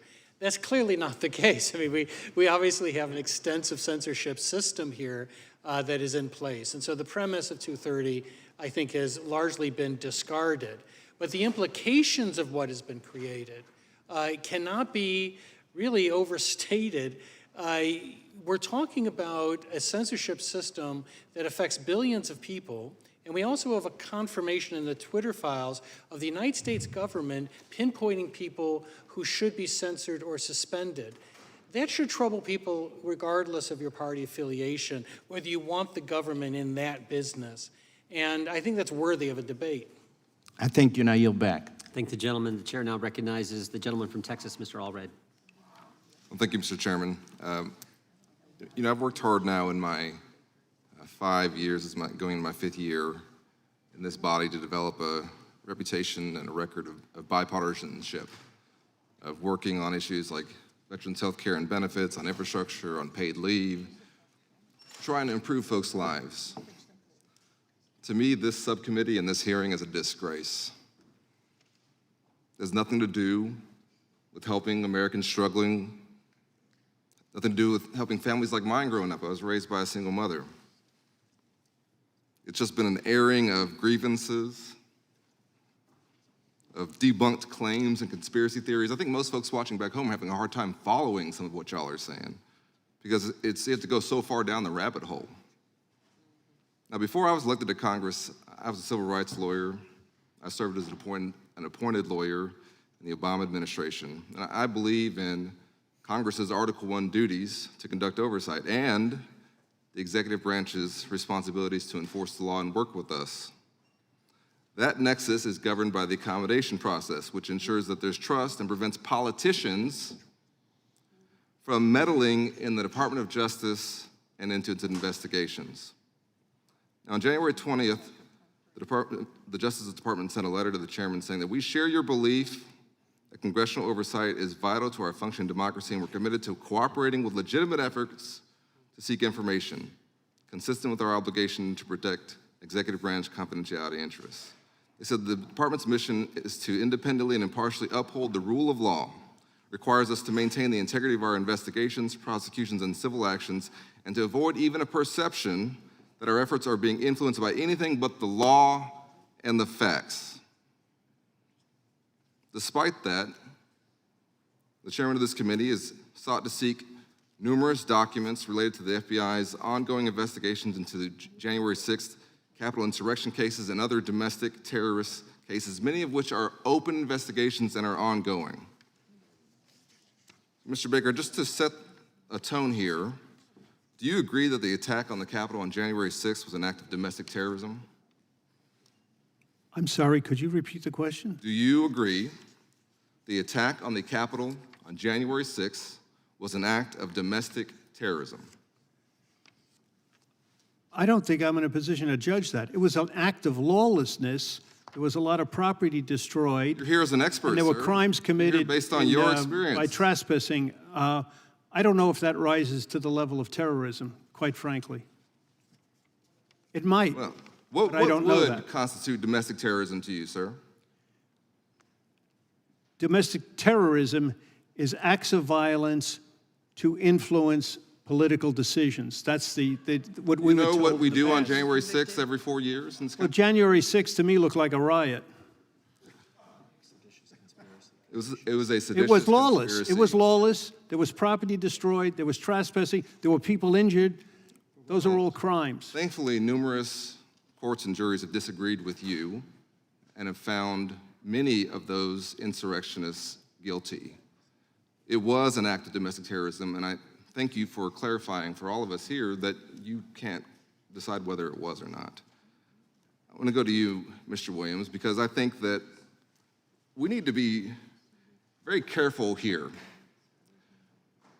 Nobody really wants members of Congress or politicians jumping into ongoing criminal investigations for many good reasons that I think you lay out in your testimony. Can you give us just a few reasons of why it would be a major problem for criminal investigations to suddenly be subject to the whim of a politician? I'd say 3 reasons, Congressman Allred, and thank you for that question. One, as articulated in the letter by the Deputy Attorney General that was quoted by, I believe it was Congressman Raskman earlier, you do not want the public to get a roadmap for how investigations are going to play out. That involves tipping off witnesses or defendants who might be brought into the system. So that's point one. You just don't want to give the roadmap, and that's the word used by the Justice Department. Number 2, and this is a big one, the fear of influence or the appearance of influence. If a prosecution continues right after a member of Congress or someone speaks out, the public is left with the perception that Congress, in effect, had its thumb on the scale of a federal prosecution, and that's problematic. And finally, everyone is entitled to a presumption of innocence. The Justice Department takes very seriously the idea that naming or outing people who are not themselves yet criminal defendants is incredibly problematic, dangerous, in a profound manner. So those 3. Thank you, Mr. Williams. I yield back. I think the gentleman yields back. Chair now recognizes the gentleman from North Carolina, Mr. Bishop. Thank you, Mr. Chairman. Mr. Turley, I saw the effort to discredit you by a member on the other side sort of go down in flames. I don't think much else needs to be said about that. But, you know, I think what is interesting about what you've written and then in your testimony about the Twitter files and your tentative conclusion about what they may indicate, is a product, first it bears repeating. I mean, you said there that it, quote, could well constitute the largest censorship program ever run by the government of the United States. And I think what attracts you is there is a body of evidence. It is not accusations, it is evidence that we would not have but for the voluntary, it may be extraordinarily unlikely, voluntary act of a very wealthy American who had the will and interest to purchase that company and then disclose what its files hold. Here's what's notable. We didn't get any information about what the FBI and the CIA and the ODNI and GEC and all these other agencies are engaged in from those agencies.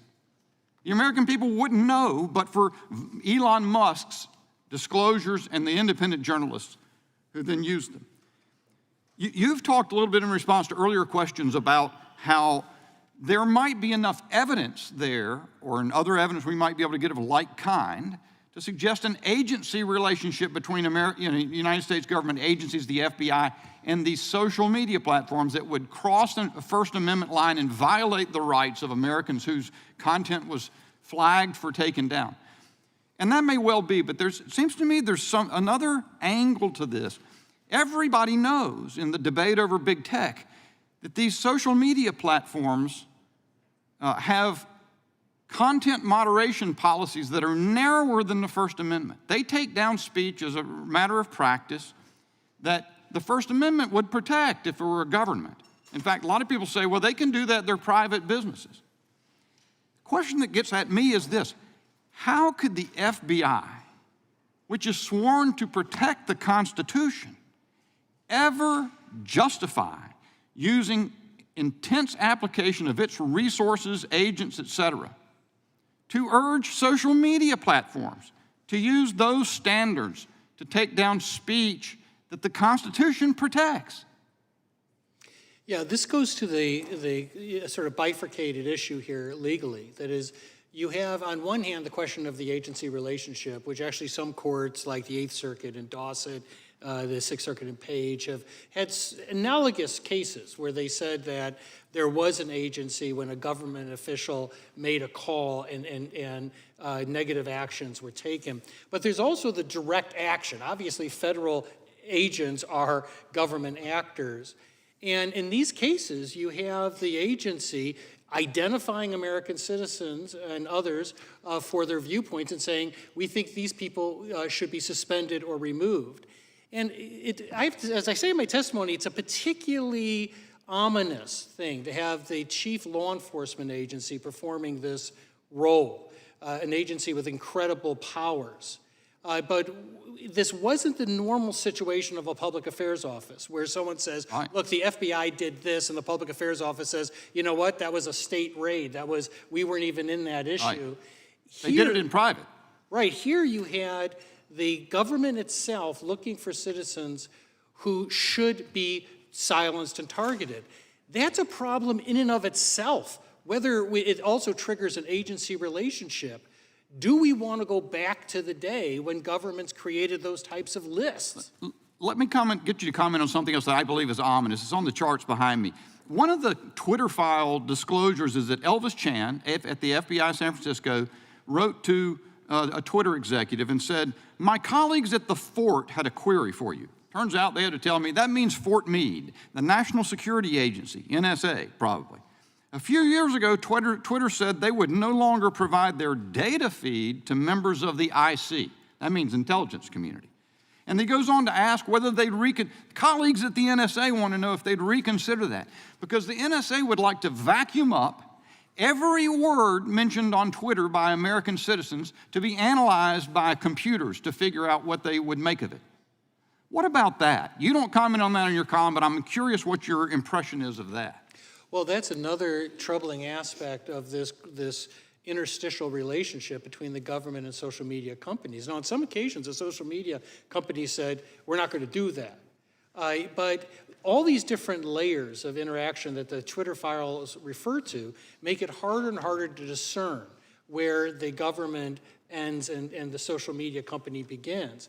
And I want to emphasize that when I talk about the largest censorship system in history, that is really unquestionable, right? Even Twitter alone is a massive censorship system, and you combine the other companies. Now, it is privately run, and now we're looking at how much of that was being directed or influenced by the United States government. But we are, without question, talking about the world's largest censorship system. And when you add elements like the one that you talked about, of this sort of interstitial relationship or cross-pollination between agencies and social media, it becomes a very menacing prospect. These companies are enormously powerful. They control much of our political speech. And as we talk about the dangers to democracy, and I agree with many of the Democratic members and the Republican members about the need to protect our democracy, that's a threat to democracy. When you have the ability of people to speak and control of companies that are using standards that are really undiscernible. Yesterday, when we heard the testimony of one of the Twitter executives, she gave a standard for which they would decide what could be censored. I wrote about it today on the blog. That standard defies definition. And I will simply say that the greatest danger of the First Amendment is the chilling effect, the unknown of when you will be targeted. I regret my time's expired, Mr. Chairman. Thank the gentleman. Gentleman yields back. We now recognize the gentlelady from Texas, Ms. Garcia. Thank you, Mr. Speaker. Mr. Speaker, Chairman, I just promoted you this afternoon. Being called worse. And it did not take 15 rounds of voting to do it. Thank you, Mr. Chairman, and thank you to our ranking member for her steadfast leadership in pursuing truth and protecting our democracy. The federal government has a long history of weaponizing its power against minorities like communities of color, religious minorities, and immigrant communities. Women, Latinos, people of color, and religious minorities are the actual victims of a weaponized government, not billionaires or politicians with frail egos. House Democrats spent 4 years fighting to enhance civil rights and liberties and stop the weaponization of government against our most vulnerable communities. Now my colleagues on the other side of the aisle have assembled this misnamed and misguided committee to grandstand and to try to lecture us all on the weaponization of government. But the American people know that this committee and MAGA Republicans are all about all show and no substance, or as we say in Texas, all hat and no cattle. This committee is designed to inject extremist politics into the justice system and to shield the MAGA movement from the legal consequences of their actions. These political stunts undermine our every agent, officer, prosecutor, law enforcement, and the entire justice system. We should instead dedicate some time to oversee direct interference in prosecutions and investigations. We should instead dedicate our efforts to investigating the abuse of power, the president's pardon power by the former twice impeached president. We should instead dedicate time and efforts to investigate the weaponization of the federal government to undermine and overturn the 2020 presidential election. I hope, Mr. Chairman, that we will have follow-up hearings to do some of that. Now I ask for unanimous consent to enter a letter from Citizens for Responsibility and Ethics in Washington, outlining these and other recommendations for this committee into the record. Thank you, Mr. Chairman. During the assault on the Capitol, which we've already discussed, many of us, including myself, were removed from the floor and evacuated. A lot of things happened, and I, for one, consider it more than just a riot. Some have suggested that this committee may try to erase the truth about the horrible days of that event. The idea of denying the truth about January 6th is horribly offensive to me, and I'm sure that it's even more offensive to the law enforcement officers who were on duty that day. Mr. Williams, I know you're familiar with that day, and you're familiar with the halls of Congress. You worked on the Hill, correct? I did, Congresswoman, thanks. Were you there on the Hill on January 6th? I was not present on the Hill on January 6th. Do you know others who were? I certainly do. Can you understand why it would be offensive to the people who were there, many like me who were on the floor and got pulled out, had to try to put on a gas mask and told to hit the floor? And of course, the many law enforcement officers who had to rise to the duty. Can you Can you figure any way that we could defend this if anyone tries to rewrite what happened that day? It's the second part of your sentence that I want to pick up on, Congressman, because it's not just former colleagues and friends of mine that were here. It is law enforcement officers that I know, and there simply is no place for threats against law enforcement in a civil society. So, I will echo everything you said. It was real. 1,000 people have been charged with crimes. Several have been convicted of very serious crimes. It was a real event. So what is your reaction to the politicization of January the 6th?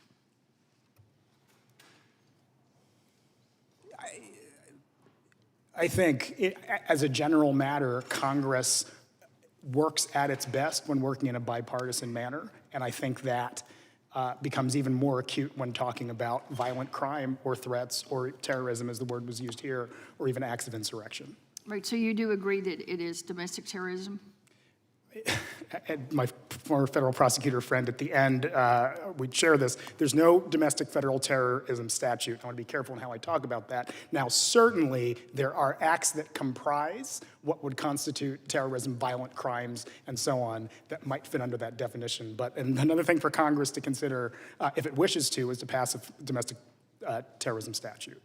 All right, are any of the investigations contemplated by this subcommittee comparable to the scale to the investigation of the attack of the Capitol?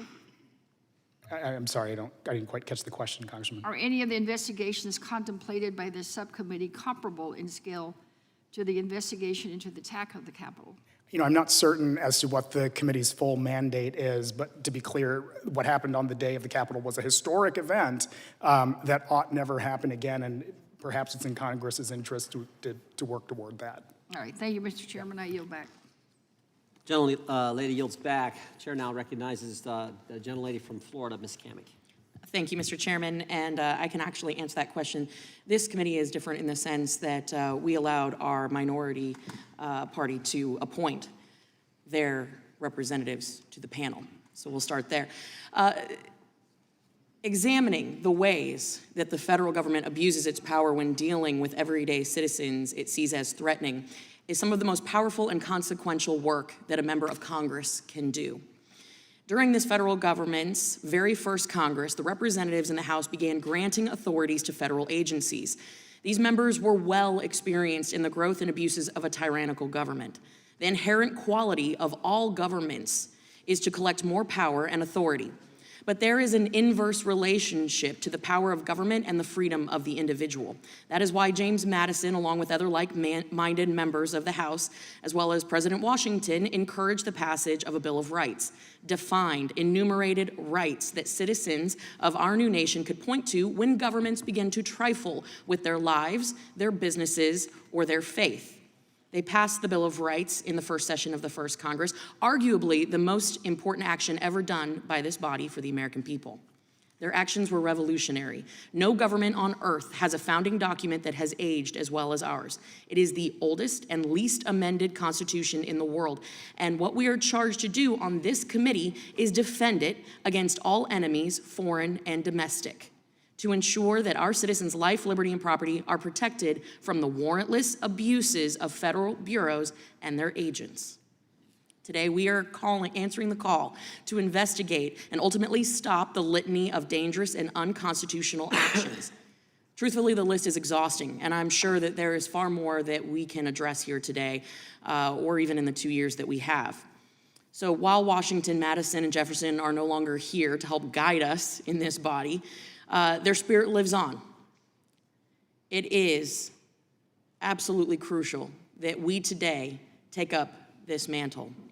It is the work that will be done by this committee, not as Republicans, not as Democrats, but as Americans, that is important and will live on.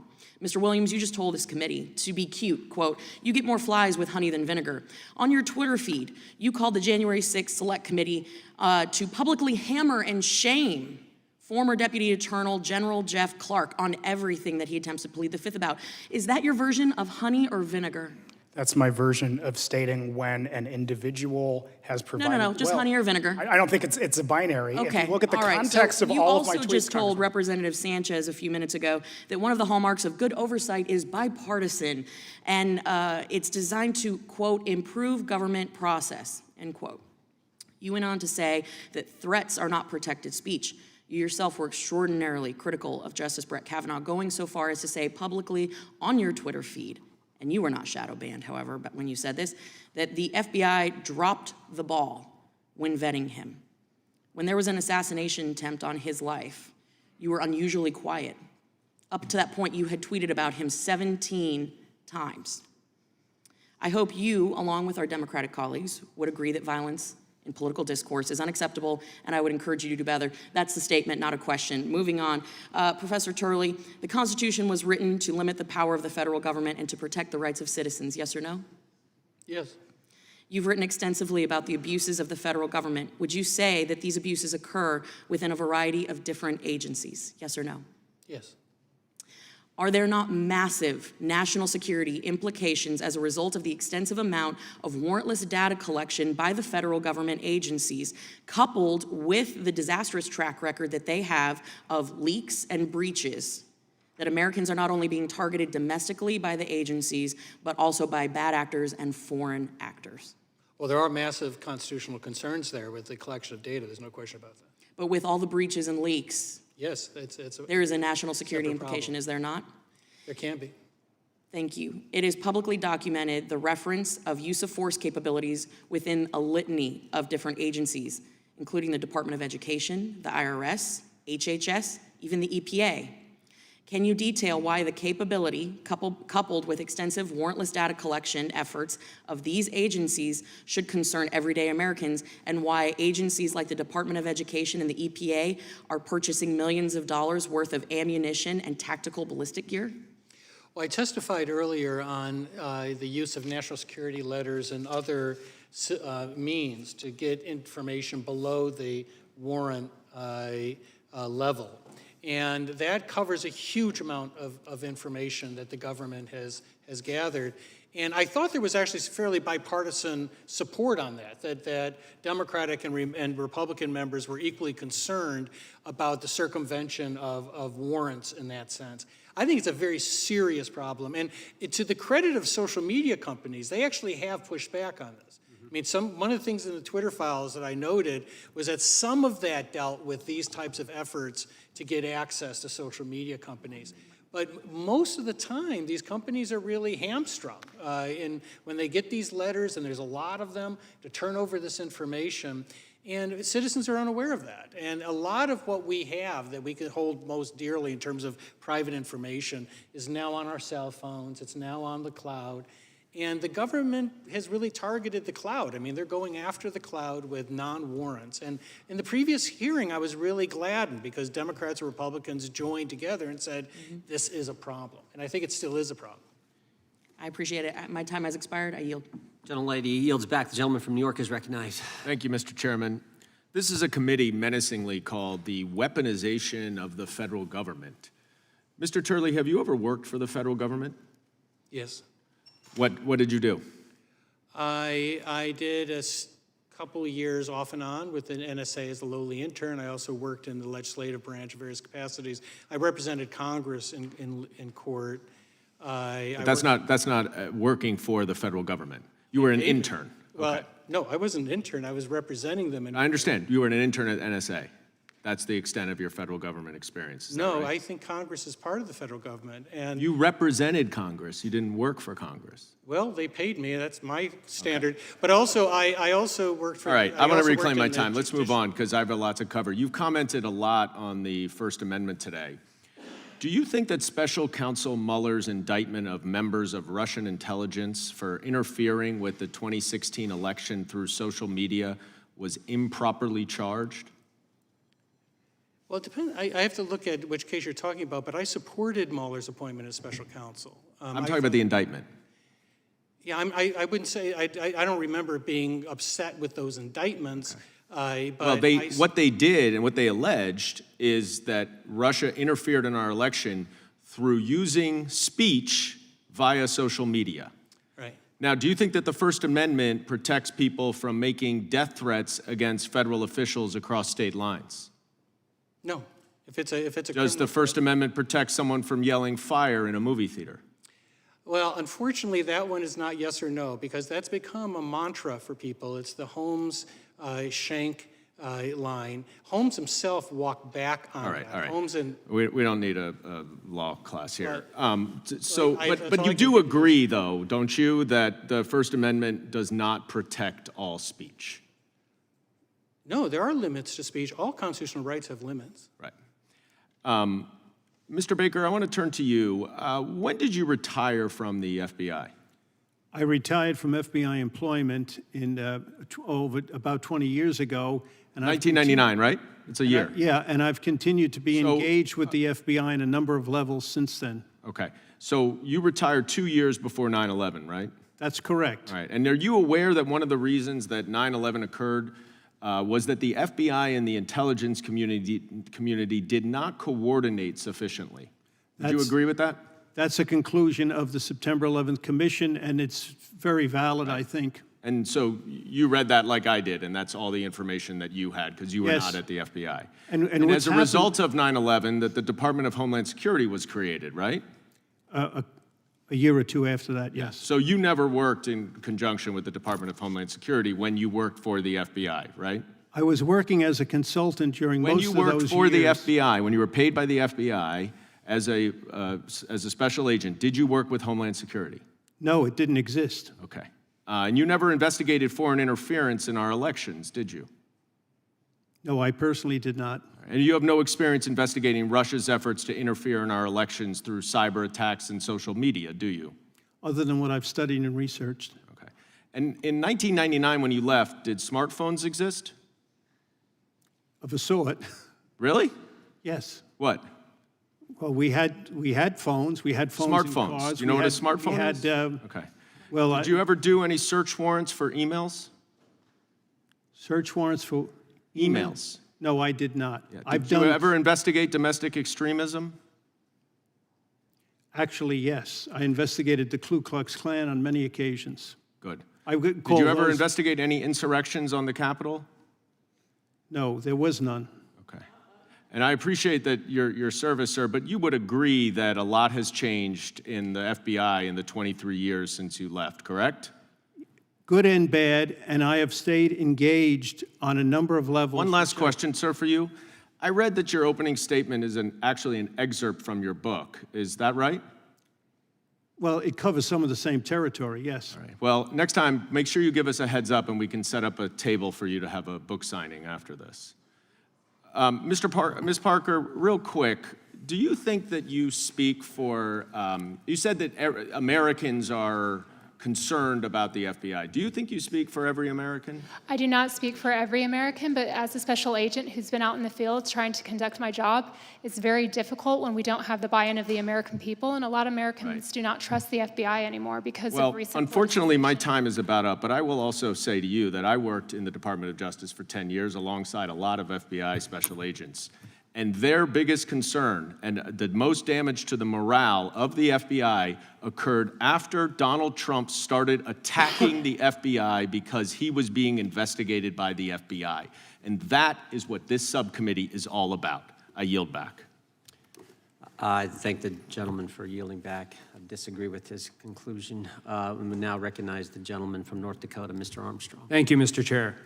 Shouting fire in a crowded theater was dicta in a 1919 case by Schenck. It was overruled in 1969 by Brandenburg and put in an imminence requirement. So if we're going to continue to use it in this setting, whether it's the Twitter hearing yesterday or the hearing here today, let's at least get the law right. Secondly, as somebody who spent the first 10 years of my life defending criminal cases in both state and federal court, I think the genesis of the Garland memo is incredibly important. The point of the coordination between the DOJ, the Department of Education, and the National School Board Association was designed to create a federal nexus. Local school board incidents are prosecuted locally. We elect local sheriffs, we elect local prosecutors, we elect local judges. Only by fabricating a domestic terrorism nexus do you create a position where you can prosecute those cases in federal court. But I don't want to talk about that because I think we do have to talk about things more than the First Amendment. The timestamp data provides an intimate window into a person's life, revealing familial, political, professional, religious, and sexual associations. Only the few without cell phones could escape this tireless and absolute surveillance. Those are quotes from the Supreme Court's majority opinion in U.S. v. Carpenter.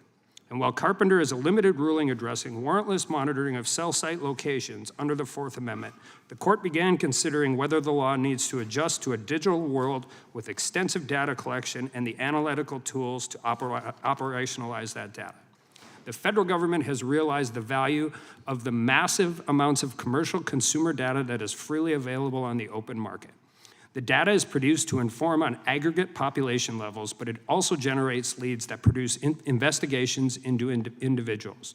In 2020, the CDC purchased cell phone location data from a data broker to monitor whether or not people went to church during quarantine.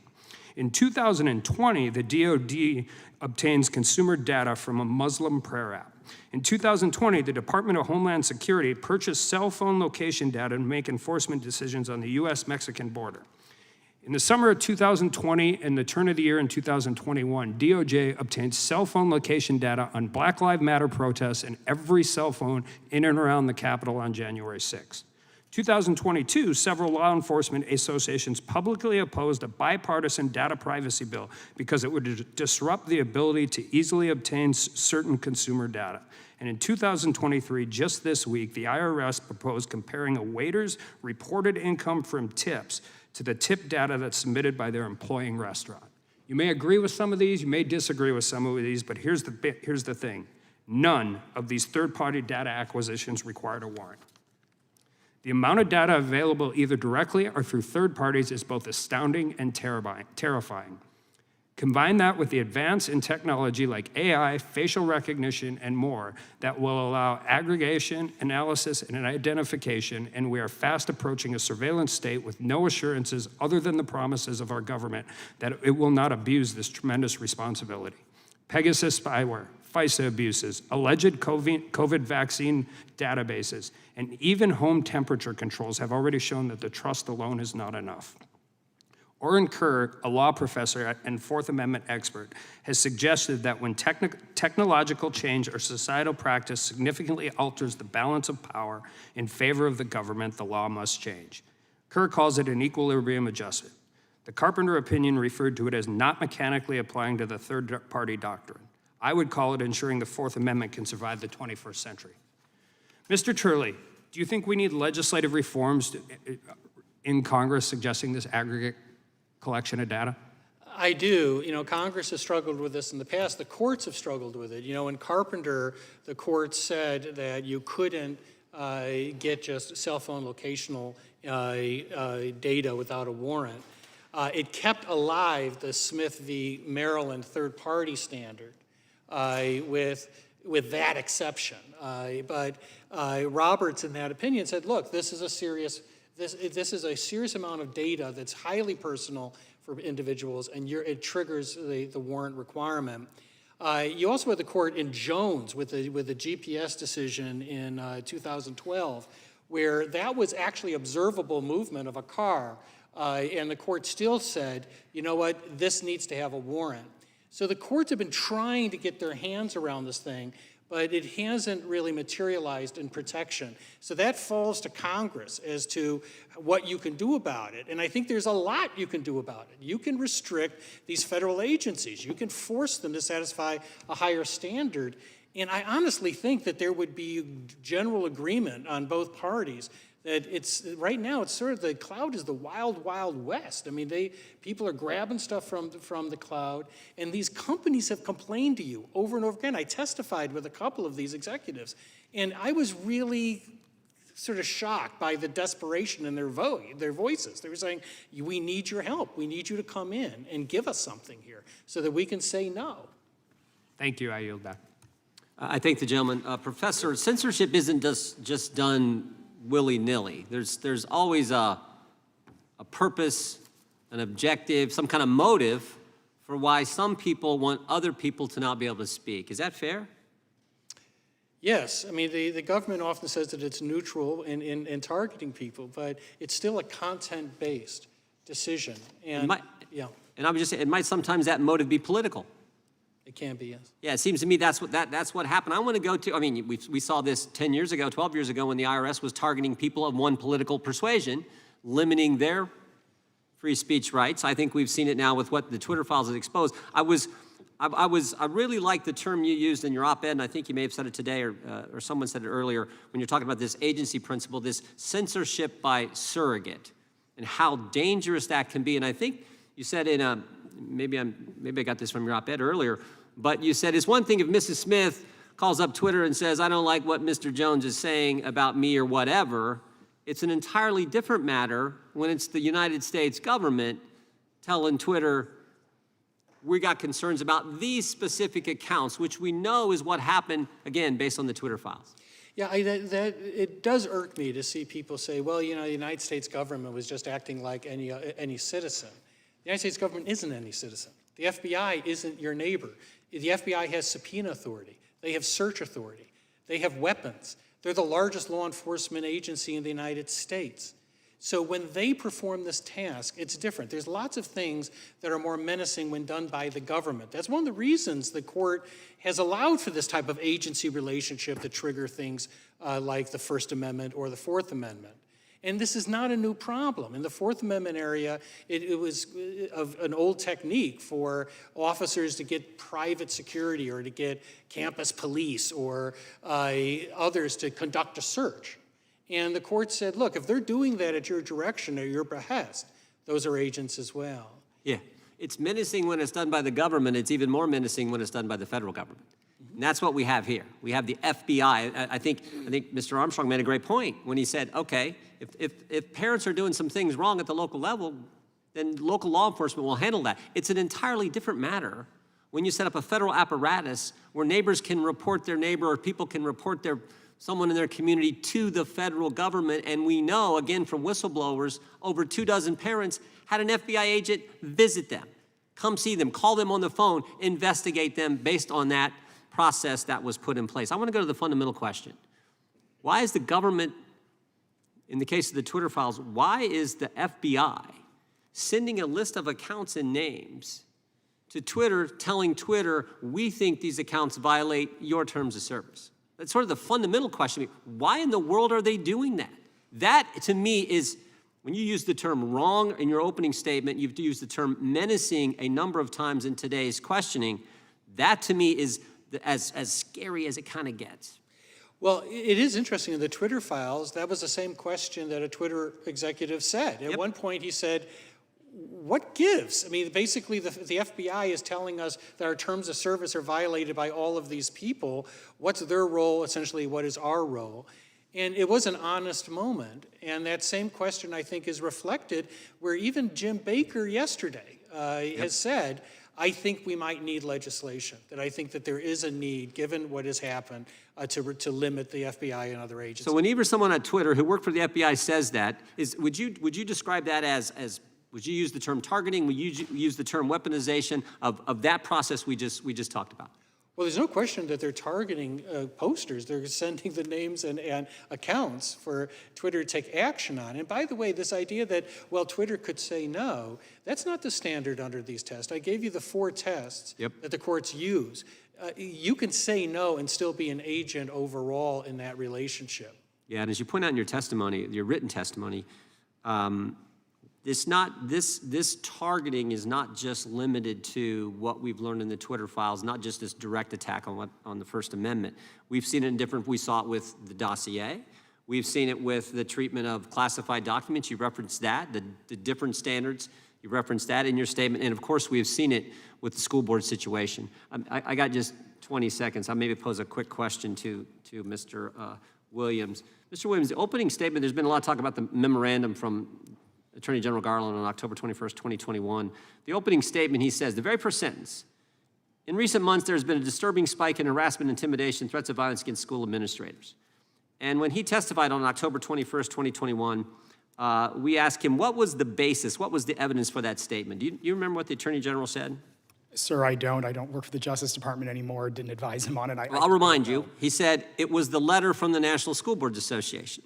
Now, do you happen to know what the National School Boards Association did with their letter, what they said about their letter after the Attorney General testified? Sir, I do not. They rescinded it. They said, we regret and apologize for the letter. So the basis for the targeting action involving the federal government and local school board matters, local law enforcement matters, The basis was the letter. That's what the Attorney General cited, and that letter has been pulled back, and the association who sent that letter said, we apologize and regret that we sent it. Seems to me the Attorney General should rescind his memorandum, which we've called for now for 1.5 years. I want to thank our witnesses for being here. I know it was a long day, and I appreciate you staying the whole time. I was tempted to give you, I was looking to give you a restroom break, but I thought we could get through it, so I appreciate your patience and your great testimony. With that, the first subcommittee hearing is adjourned. Thank you.